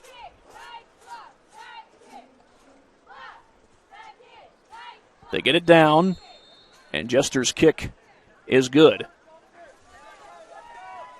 Well, you can call him perfect since the one missed PAT was off of a bobbled snap. Yeah, that's right. Yeah, and that last play, that offensive play from Carroll, kind of sums up the first half. Well, it is halftime here at Luers Field. We'll be right back after this break. You're watching high school football on SummitCitySports.com. We have to do this. A bit of a hill. His mother said, if you're coming to school, you got to bring your sister because they have to go and work in the fields. So this kid carries his 1-year-old sister everywhere. A lot of those kids don't eat in the morning. A lot of those kids, the only place they do eat is at that school. I thought going up that mountain, Mary's meals can reach everywhere, that there's a hungry child.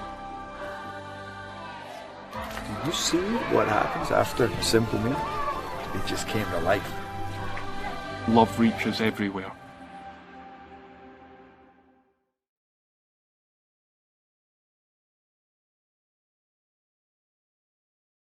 Parkview Sports Medicine's integrated sports medicine team is built to serve the needs of all athletes in all sports. Our team's only goal is to improve athletes in every facet. PSM offers performance training to help athletes get better on the field, dedicated athletic rehabilitation and physical therapy to help them get better off of it, certified athletic trainers in our PSM schools providing daily support to our athletes, and a specialized orthopedic walking clinic when injury strikes. Call 260-266-4007 to speak to our care navigators or visit ParkviewSportsMedicine.com to learn more about what we can do to improve athletes at all levels. Parkview Sports Medicine. Become more.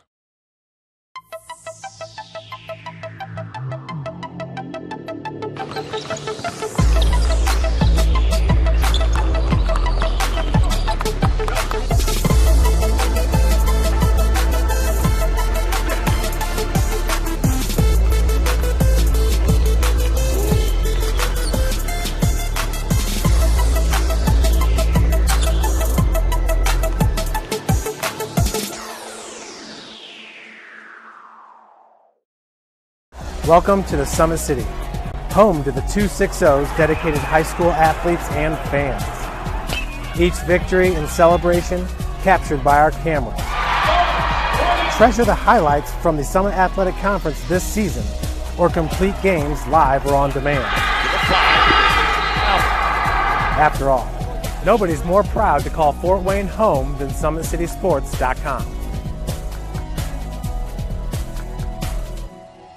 Joint pain, sprains, strains, or a possible broken bone? Make the Parkview Ortho Express walk-in clinic your first stop when you have an orthopedic or sports injury. Parkview Ortho Express, located at the Sport One Parkview Fieldhouse, gives you access to quick care and orthopedic physicians when you need it most. Get x-rays, treatment, and referrals to Parkview Care, all in the convenience of a walk-in clinic. Call 260-266-4007 for more information. This is an invitation to join a movement propelled by people who care, and members who have a share in the place they bank. Good morning, Sam. So when you have the chance to get your first home loan, you know an expert will guide you every step of the way. Or when it's time to buy your new car, you'll be treated like more than just a credit score. Good news, ProFed can get you that payment. This is an invitation to a place where simply belonging can help enrich your whole community. ProFed Credit Union. You're invited. I was once a Southside kid who was led on a journey by high school football. A journey that taught me discipline, toughness, and the skills that made me a success. As a businessman with a CPA license who owns his own firm, I still use the building blocks of high school sports in my everyday life.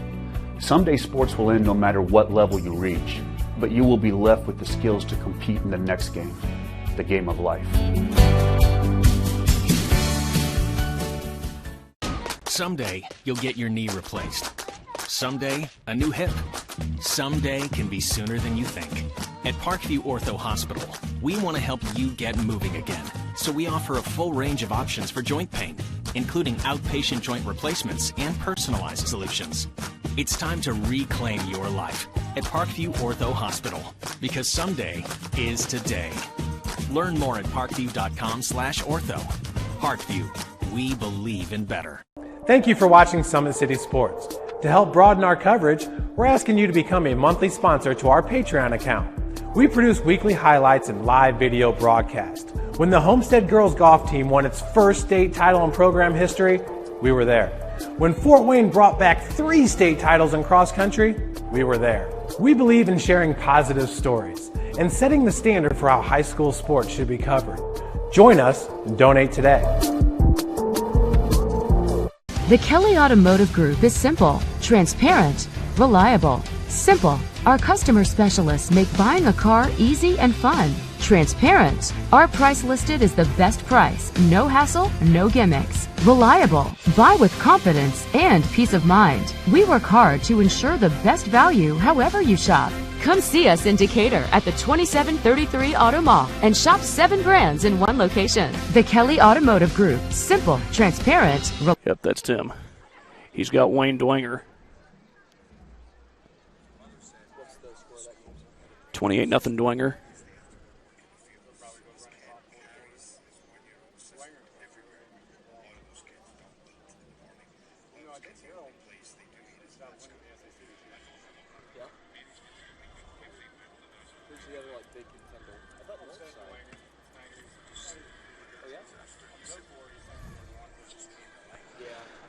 I don't know what Concordia is going to do, but they got a lot of talent. Welcome back, everybody. We are at halftime. Carroll leading Bishop Luers 47-7, 48-7, I should say, as we are just about to just getting closer and closer to the start of the second half. And it has been all Carroll so far in this one. We'll go ahead and get a word in from some of our sponsors that allow us to come out and do these games that we get to do here on SummitCitySports.com.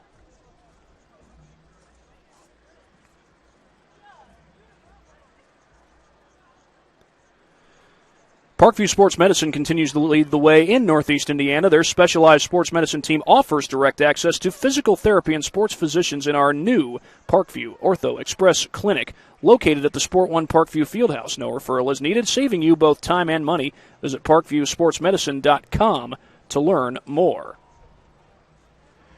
We'll be back in just a matter of moments as we have a 48-7 lead for Carroll over Bishop Luers. This is high school football here on SummitCitySports.com.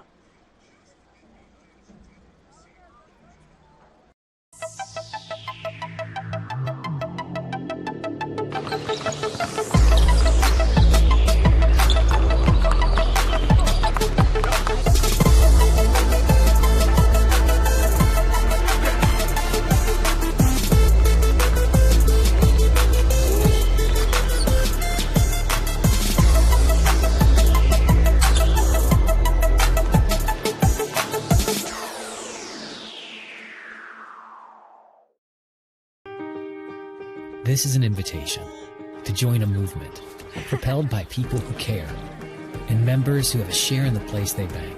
Good morning, Sam. So when you have the chance to get your first home loan, you know an expert will guide you every step of the way. or when it's time to buy your new car, you'll be treated like more than just a credit score. Good news, ProFed can get you that payment. This is an invitation to a place where simply belonging can help enrich your whole community. ProFed Credit Union. You're invited. I was once a Southside kid who was led on a journey by high school football. A journey that taught me discipline, toughness, and the skills that made me a success. As a businessman with a CPA license who owns his own firm, I still use the building blocks of high school sports in my everyday life. Someday sports will end no matter what level you reach, but you will be left with the skills to compete in the next game, the game of life. The Kelly Automotive Group is simple, transparent, reliable. Simple. Our customer specialists make buying a car easy and fun. Transparent. Our price listed is the best price. No hassle, no gimmicks. Reliable. Buy with confidence and peace of mind. We work hard to ensure the best value however you shop. Come see us in Decatur at the 2733 Auto Mall and shop 7 brands in one location. The Kelly Automotive Group. Simple, transparent, reliable. We are at halftime, 48-7 Carroll over Bishop Luers. Last year's game was a blowout. Carroll won that one 42-0, but this one, Carroll got started off and running, and it was thanks in large part to special teams. Yeah, that's right. On the opening kickoff, Carroll caused that fumble, and 2 plays later led to a touchdown in the end zone. And one of the big combinations that's really working tonight for Carroll has been Jeff Becker to Mason Englert. They are an experienced duo indeed, and they have hooked up for now, I believe, 3 touchdowns in the game. Yep, 3 touchdowns, and Englert in total has 4 when you count that punt return. Absolutely, and the Carroll defense, they continued to come up with big plays, forced, I believe it was four turnovers, if I'm not mistaken, if you include the turnovers on downs for Luers. Yeah, that's right. Yeah, those big picks coming off to end those Luers drives right once you think they're going to get going. Now, this Luers team, they came into the season with a lot of high expectations, looking to bounce back from a 3-8 season. Now, obviously, this isn't the way you want to start. Even though there is a lot of season left to be played, there's also a lot of football left to be played tonight. So, honestly, what's the best message that Kyle Lindsey can send to his team here at the halftime locker room? He's really got to say that, you know what, there's 30 minutes left. Yes, we're down big, but we have to pick our heads up. There's no way that they can start the season like this and expect better results than last year. We have got about 5.5 minutes left before the second half starts. We'll get another word from one of our sponsors here in just a second here on SummitCitySports.com. At Parkview Sports Medicine, it's game on. We serve every level of athlete with our integrated sports medicine team, including the region's only specialized athletic rehab facility. Learn more about our services by logging on to parkviewsportsmedicine.com. Well, we got this update not long ago, but over at Bishop Dwenger High School, last we checked, they were at halftime, and Dwenger was in the lead 28-0 in that particular game.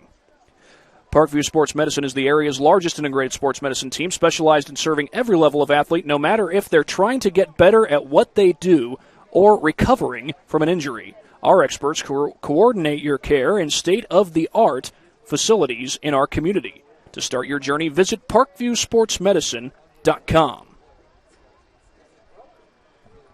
48-7, all Chargers at halftime. We got about 4.5 minutes before we get back to start the second half. It will be a running clock to start the second half with Carroll being up 41. It was just last year when the running clock was implemented. A team goes up 35 points or more in the second half, and then it goes to a running clock in the second half.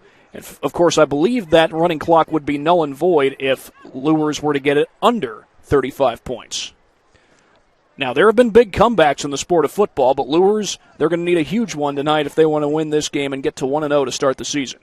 Yeah, they're going to need those big plays out of their running backs and quarterbacks. So, I mean, we'll see what happens in the second half. 48-7, back after this here on SummitCitySports.com. Excited about the place that it put us, and the quarantine hit, and we knew we had guys that were going to work hard at home, but just the idea that we could get a lot of them together working hard at a location where people know what they're doing was really beneficial, and I think that training did a great job for those guys to kind of get the ball rolling for them, and they came back in the end of June, early July, and it's like they hadn't missed a beat. They were flexible, they were fast, and ready to lift and run and start playing football, so it was a huge benefit for us. To gain an edge on your competition, it starts with a free one-on-one performance assessment. Call 260-266-4007. Parkview Sports Medicine. Become more. Thank you for watching Summit City Sports. To help broaden our coverage, we're asking you to become a monthly sponsor to our Patreon account. We believe in sharing positive stories and are excited to set the standard for how high school sports should be covered. Join us and donate today. Basketball is such a reactionary sport, and we talk all the time about your first 3 steps are the most important: powering out, exploding, the things that they're teaching our kids with changing direction quicker, getting a stronger core. Those things have been very valuable for our athletes. Everything that Parkview Sports Medicine has done has been very applicable to what we do on the court. We're learning how to control our bodies, and that's something that I think our girls have really benefited from. Some of our girls who had some speed and quickness now are becoming more explosive. To gain an edge on your competition, it starts with a free one-on-one performance assessment. Call 260-266-4007. Parkview Sports Medicine. Become more.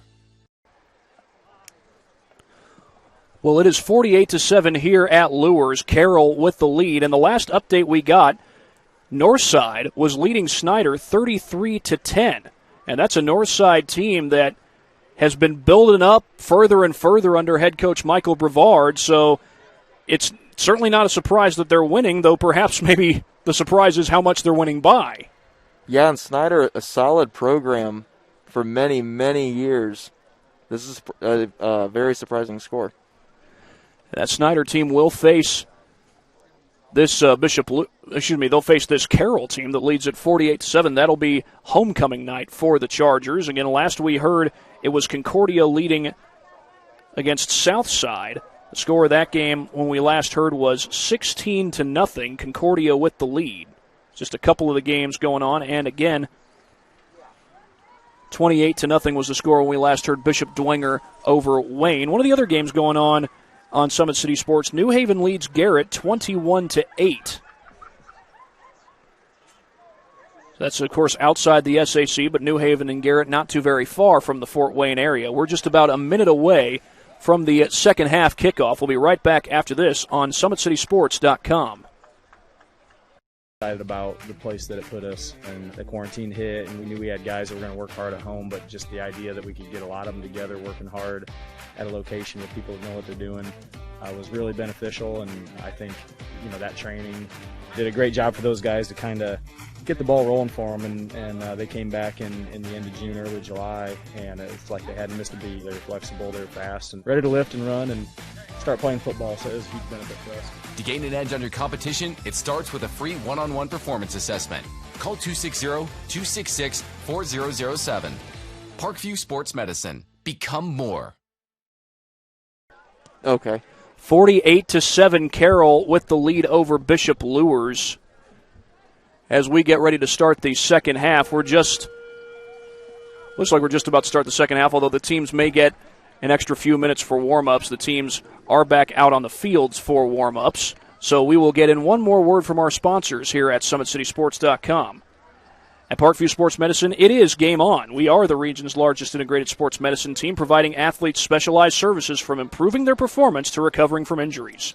To learn more, go to ParkviewSportsMedicine.com. And the teams will indeed get an extra 3 minutes to warm up before the second half starts out. That's kind of standard procedure these days for teams in the state of Indiana, and I believe also for teams in the state of Ohio. I used to broadcast in that state just a couple of years ago. But anyway, Luers and Carroll are just about ready to go. And well, over on the sideline, it's not to be unexpected. Both quarterbacks warming up. That's Carson Clark doing some warm-up tosses with Nelson Kanapke. That doesn't necessarily mean that Clark's night is done. It just means both quarterbacks are warming up with each other. And again, we'll see how the second half plays out. I mentioned earlier there have been big comebacks in the sport of football, but Luers has a huge hole to climb down 41 points at halftime. So we will be right back after this break. 48-7 here on SummitCitySports.com. Excited about the place that it put us, and the quarantine hit, and we knew we had guys that were going to work hard at home, but just the idea that we could get a lot of them together working hard at a location with people that know what they're doing was really beneficial. And I think that training did a great job for those guys to kind of get the ball rolling for them, and they came back in the end of June, early July, and it's like they hadn't missed a beat. They were flexible, they were fast, and ready to lift and run and start playing football, so it was a huge benefit for us. To gain an edge on your competition, it starts with a free one-on-one performance assessment. Call 260-266-4007. Parkview Sports Medicine. Become more. Thank you for watching Summit City Sports. To help broaden our coverage, we're asking you to become a monthly sponsor to our Patreon account. We believe in sharing positive stories and are excited to set the standard for how high school sports should be covered. Join us and donate today. Basketball is such a reactionary sport, and we talk all the time about your first three steps are the most important: powering out, exploding, the things that they're teaching our kids with changing direction quicker, getting a stronger core. Those things have been very valuable for our athletes. Everything that Parkview Sports Medicine has done has been very applicable to what we do on the court. We're learning how to control our bodies, and that's something that I think our girls have really benefited from. Some of our girls who had some speed and quickness now are becoming more explosive. To gain an edge on your competition, it starts with a free one-on-one performance assessment. Call 260-266-4007. Parkview Sports Medicine. Become more. Well, the second half is almost upon us. 48-7 is the score in Carroll's favor. And they jumped out to the early lead thanks in large part to special teams, a fumbled kickoff return, and then a punt return for a touchdown. And Carroll will get the ball to start the second half. They won the toss to start the first half and deferred. And because of the fumbled kickoff return, they end up getting the ball to start the first and second half. It's funny how those things work out.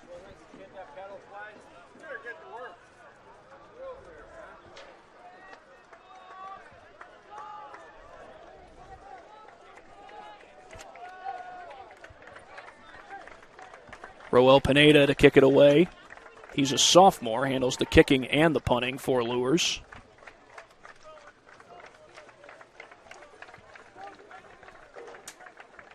I believe Jorge Valdez is back there to return, along with Luke Carmody. And we haven't seen much of Luke Carmody in the backfield so far today. It's been mostly Aiden Lazoff, but also Hunter Mertz as the ball falls off the tee. It's not a very windy night. We haven't quite gotten to that time of year.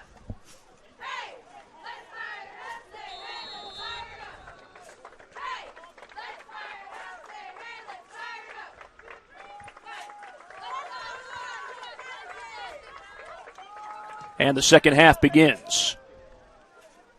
And it goes out of the end zone. So Carroll will start the second half from their own 20-yard line, leading 48-7. They won this game 42-0 last year. And, looking back, you go back to 2018 when these two teams played in a barn burner to open up the season, 21-20. You probably wouldn't have expected that 2 years in a row Carroll will end up jumping out to huge leads against Luers. Carroll's indeed putting good teams on the field. There's no question about that. Handoff though straight ahead to Lazoff, and he gets pushed back after a good gain on first down. Got about, looks like 5 on the play.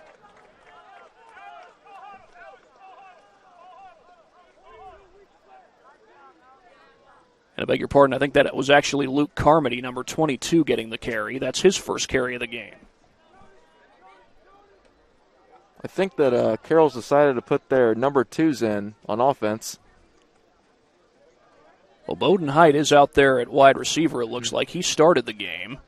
He's one of the seniors. And I can't tell if that's Becker, if that's his backup, Logan Swain, in the shotgun there for Carroll. It is Logan Swain. He hands it off to Carmody, and Carmody gets pushed forward by Ben Rectanis. And indeed, we do have a running clock to start the second half. 10.5 to go. We're down to 10:33.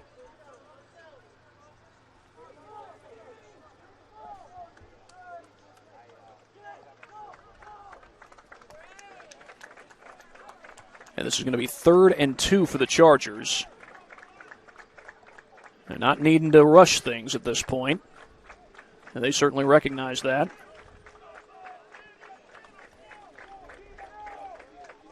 Well, Becker certainly put in a good first half, but now with the 41-point lead, Doug Dinan digging into his bench a little bit. And here's Swain on the keeper, straight up the middle, first down. And almost got upended there by the defender. Isaiah Simmons, I think. No, check that. That's number 21, Mason Daring. But the backup quarterback, a senior, gets the first down. Yeah, and the keeper saw a nice hole and just went for it and got the first down.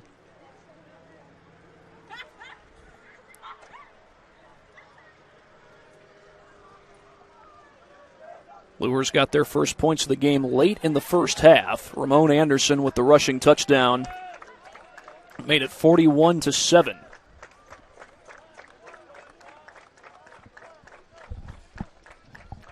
And the handoff goes to Carmody off the left side. Carmody finds a hole and gets a first down. Had a host of black shirts around him, but still was able to move the chains.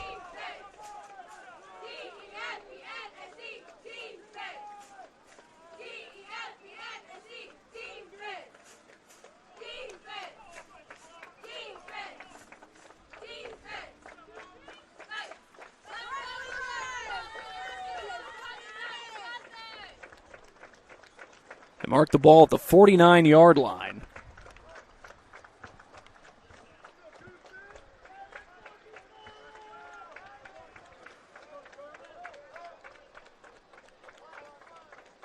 Saw this update over at Bishop Dwenger. Brendan Lytle has thrown, at least 3 touchdown passes in Bishop Dwenger, their game against Wayne. Last heard they were up 28-0. Lytle, an experienced senior quarterback. His offensive numbers skyrocketed a year ago after Dwenger was primarily a ground and pound team in 2018. They still ran the ball well last year, but we saw Lytle throw the ball on a more consistent basis.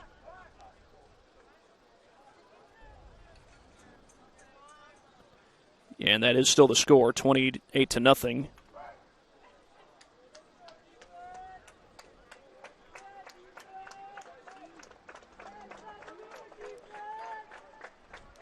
Play clock down to 5. And Swain will throw his first pass, or will he? Yes, he does. He goes downfield, and it's knocked away. R.J. Hogue got the left paw on the football. Yeah, that was a really nice play to stretch out and get that ball on the ground. There is a flag down, meanwhile, and it is against Carroll. He was going in the direction of Bowden Height. He's one of the senior wide receivers.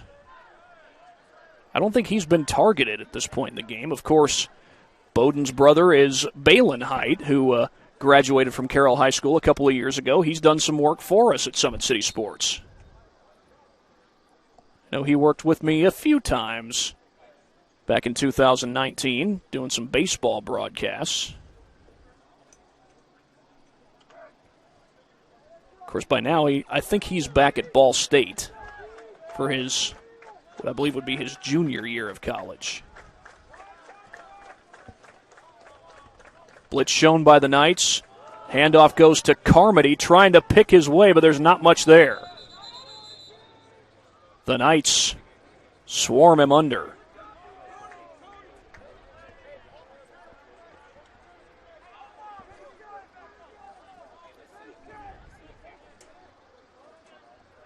So this is going to be 3rd down and looks like 19.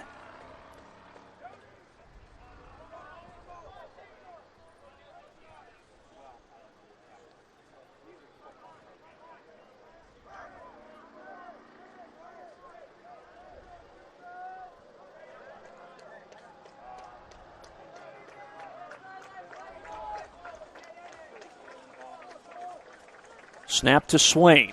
Flushed out of the pocket. Throws, and that is an easy interception for Sir Hale. Yeah, Swain felt the pressure and just threw up a prayer, ended up in Swain's hands. Sir Hale, junior defensive back, who also plays running back. We've seen him get a couple of carries in the ground game so far today. It comes with 5.5 to go here in the third quarter. And now Luers will start this drive from their own 49-yard line.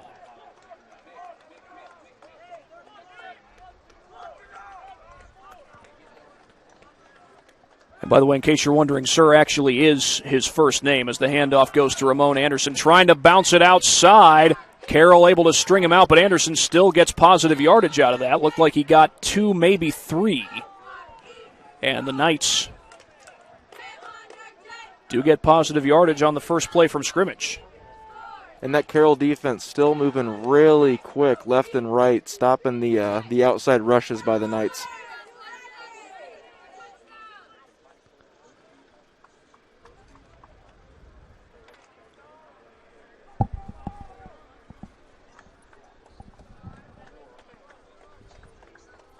Carson Clark remains on the field at quarterback. He stands in the shotgun here on 2nd down and 7. And Clark looks to throw his first pass of the second half. Instead, it'll be a run off the right side. Clark gets bumped out of bounds at that Carroll sideline, about a yard or 2 short of the line to gain.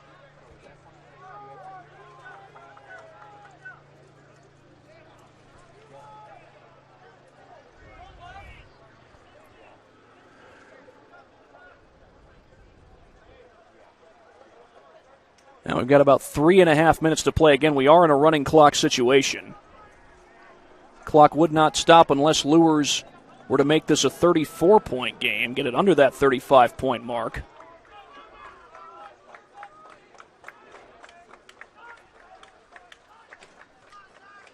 Handoff goes to Hale off the left side, first down and more. Hale with a burst of speed. Inside the 10, he's gone. All the way to the end zone, Sir Hale, the same guy who got the interception moments ago.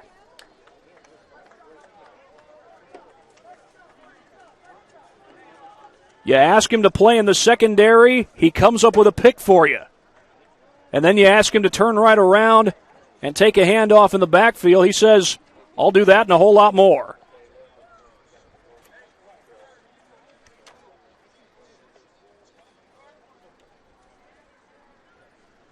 Well, Roel Pineda comes on to kick the PAT.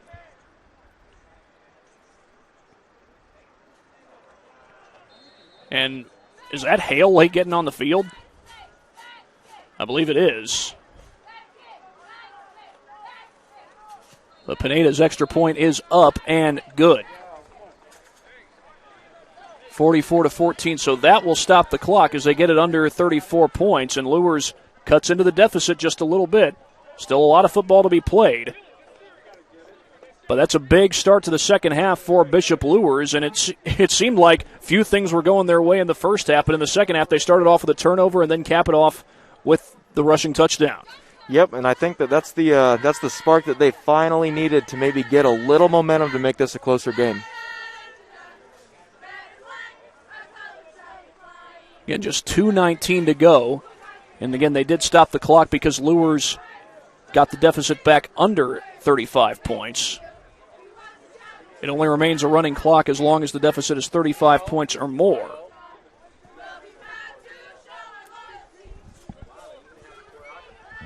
Pineda set to kick it away. I believe Jorge Valdez is back there to return the kickoff once again.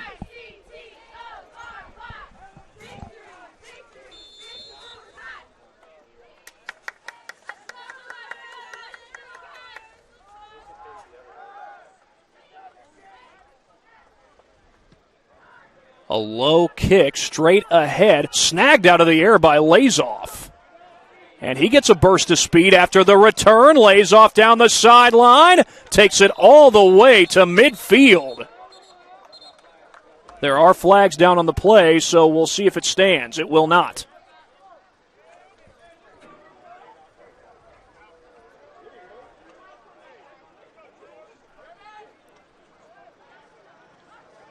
It'd probably be from the spot of the foul. I didn't see what the signal was.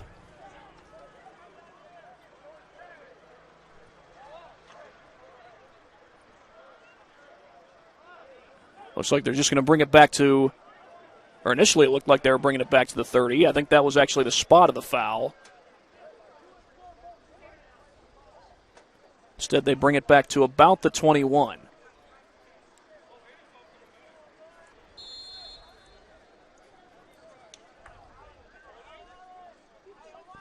Looks like Logan Swain is still in at quarterback. Luers will blitz. And did he lose the ball?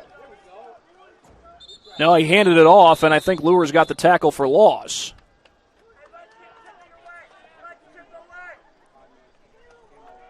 And it looks like we're under a minute to play here in the first half, or in the third quarter, I beg your pardon. And it looks like this may be either the last play. I think they still have that running clock going, even though it's, what is that, 3 scores? 4 scores right now? Well, 5 scores. It's a 34-point game, 48-14.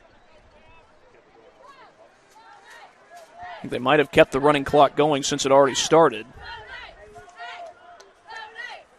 And Swain looks to throw, gets some pressure, rolls to his right, throws on the run, and a diving catch, I think. Yes, it is a catch. And I think that was Camden Hirschberger who made the grab. It was indeed big number 80, a 6'1" wide receiver. And that's the final play of the third quarter. A fast third quarter indeed. It did feature Bishop Luers cutting into the deficit, but it's still Carroll with a 48-14 lead. We'll be back after this break here on SummitCitySports.com.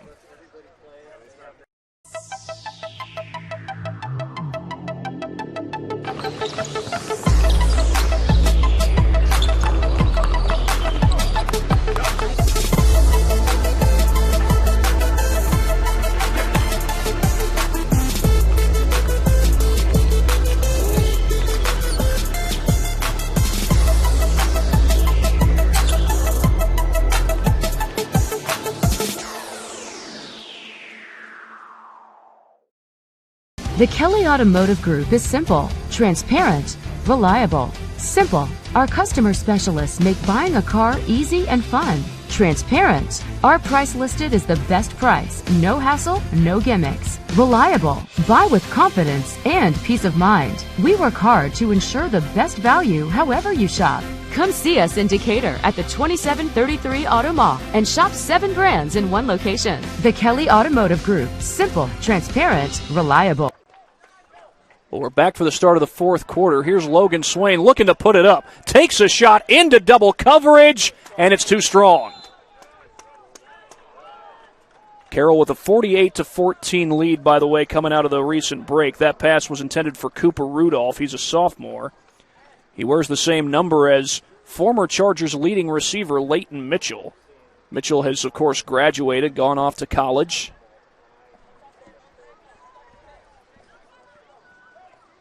Of course, last year was undoubtedly a bounce-back year for the Carroll Chargers, where they went 7-4, a year removed from a 3-7 campaign. Ended up getting past Snyder in the first round of sectionals. They'll play Snyder again next week, and last year's game was, without a doubt, quite the memorable one. 21-20 was the final score, with Snyder winning that one on a blocked extra point. In case you're wondering, it was Reese Thomas who blocked the PAT. Meanwhile, we get flag against Carroll, a false start here. As for Luers, they'll go on to play Wayne. That'll be on the road. That'll be the home opener for Sherwood Haydock's Wayne Generals. As Swain looks to throw downfield, goes to the sidelines through the hands of his intended receiver, and a flag comes in. He was looking for Jamison Coverstone.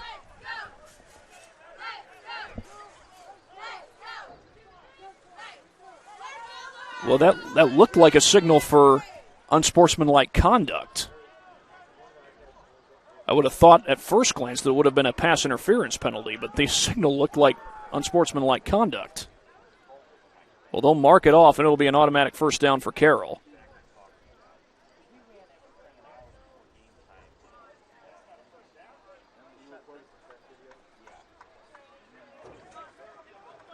Looked like they moved it right to the line to gain.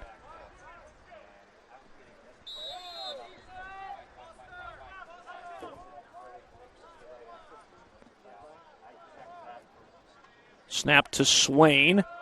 He keeps it himself and gets out to about the 45.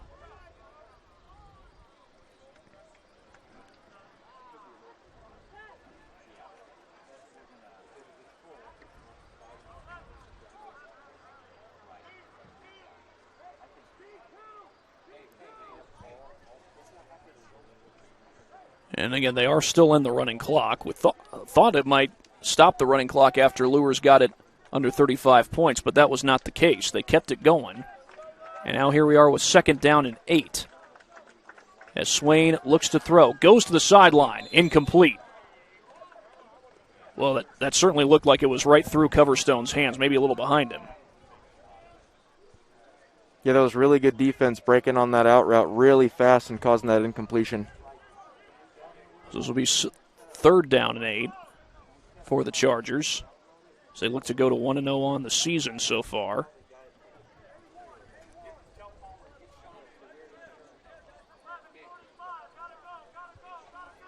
If I'm not mistaken, Carroll, right after the Snyder game, will get Northrop on the road. Swain gets pressure up the middle, throws it on the run. Incomplete. Jack, I don't know about you, but that looked like it might have been miscommunication.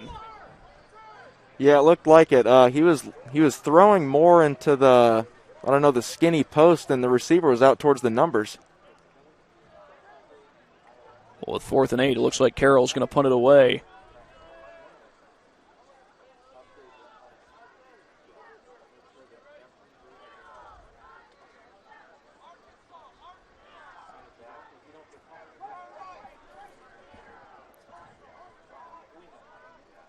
I believe that's Sir Hale back to receive the punt. He had the touchdown not too long ago. A low snap and a short kick, a high short kick.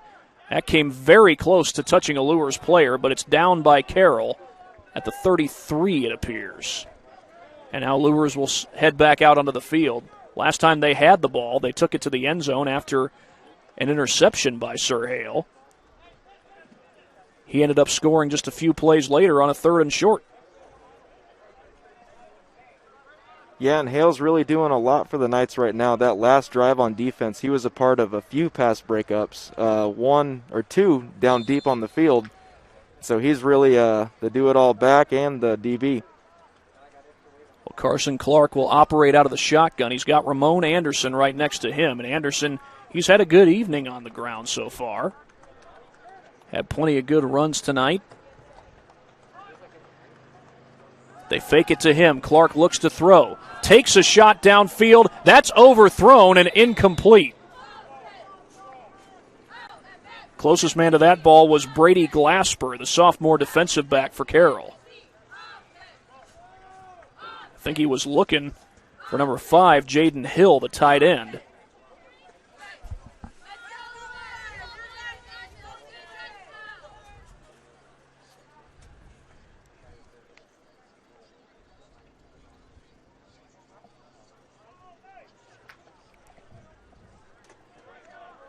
This will be 2nd down and 10 after the incompletion.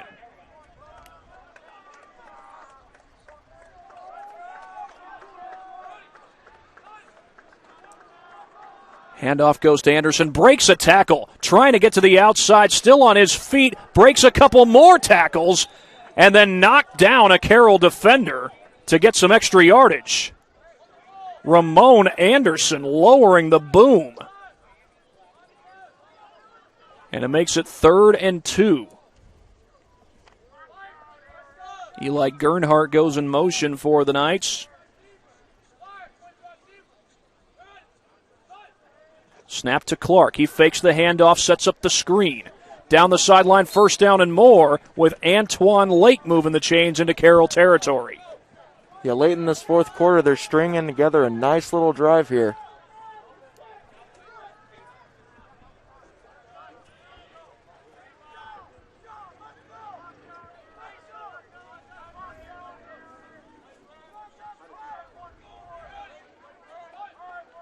Snap to Clark. He fakes the handoff, rolls to his left, throws on the run, pass is caught, and that's Jaden Hill able to move the chains. He gets out of bounds, out across the 40-yard line. The sophomore tight end becoming decently used here in this fourth quarter for the Knights, as they try to cut into this deficit just a little bit, even with sparse time on the clock. Clark under pressure, sets up the screen. R.J. Hogue with the reception, gets down the sideline, and he went out of bounds. He was ready to take that thing the distance. By the way, the score over at Bishop Dwenger is the Saints now up 35-0 over Wayne. Yeah, the interest, if you're a Luers fan in that game, is obviously it's your rival, Bishop Dwenger, going up against a school not too far from here in Wayne High School. Out in the flat, the pass is caught. Trying to get to the outside is Lake. I think he's got the first down. And he does indeed.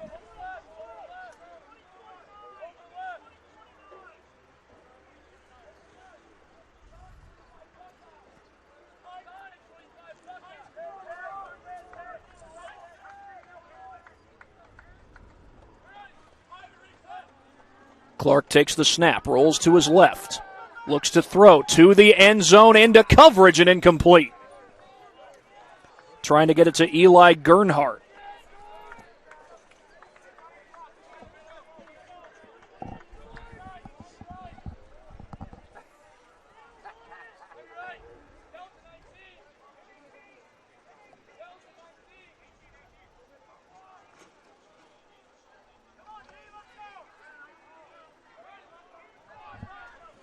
Clark takes the snap. Pressure comes. He gets it away to the sideline. Incomplete. Good play on the ball, and I think that was number 35. Indeed, it was Isa Colbert. Almost said Colbert there. Yeah, he came in right at the last second and popped it right out of the receiver's hands. Nice play. 2nd down and 10 after the incompletion. Here's Clark, gets pressure up the middle, sets up the slant, complete, and that's Thompson who gets collared with what appears to be a first down, or close to it. Going to call him a couple of yards short. Make it 4th down, and looks like Luers will probably keep the offense on the field here. Yeah, they're not bringing out any kind of field goal unit. We've got less than 2 minutes to go.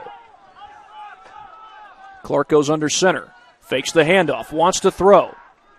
Goes to the end zone, incomplete.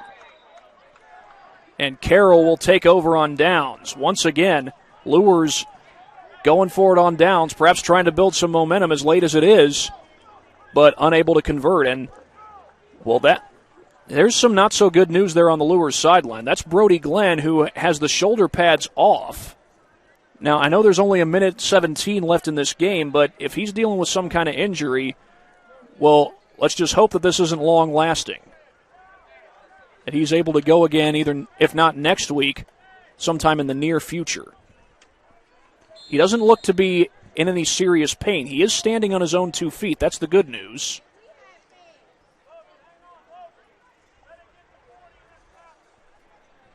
Doug Dinan telling Logan Swain to let the clock run down before he snaps it.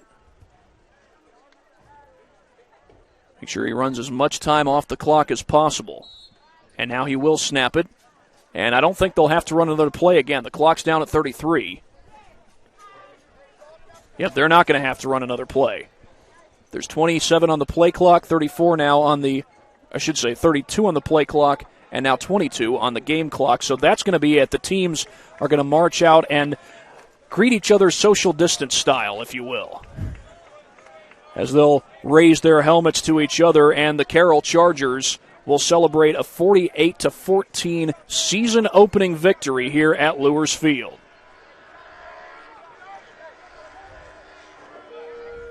There is the final horn.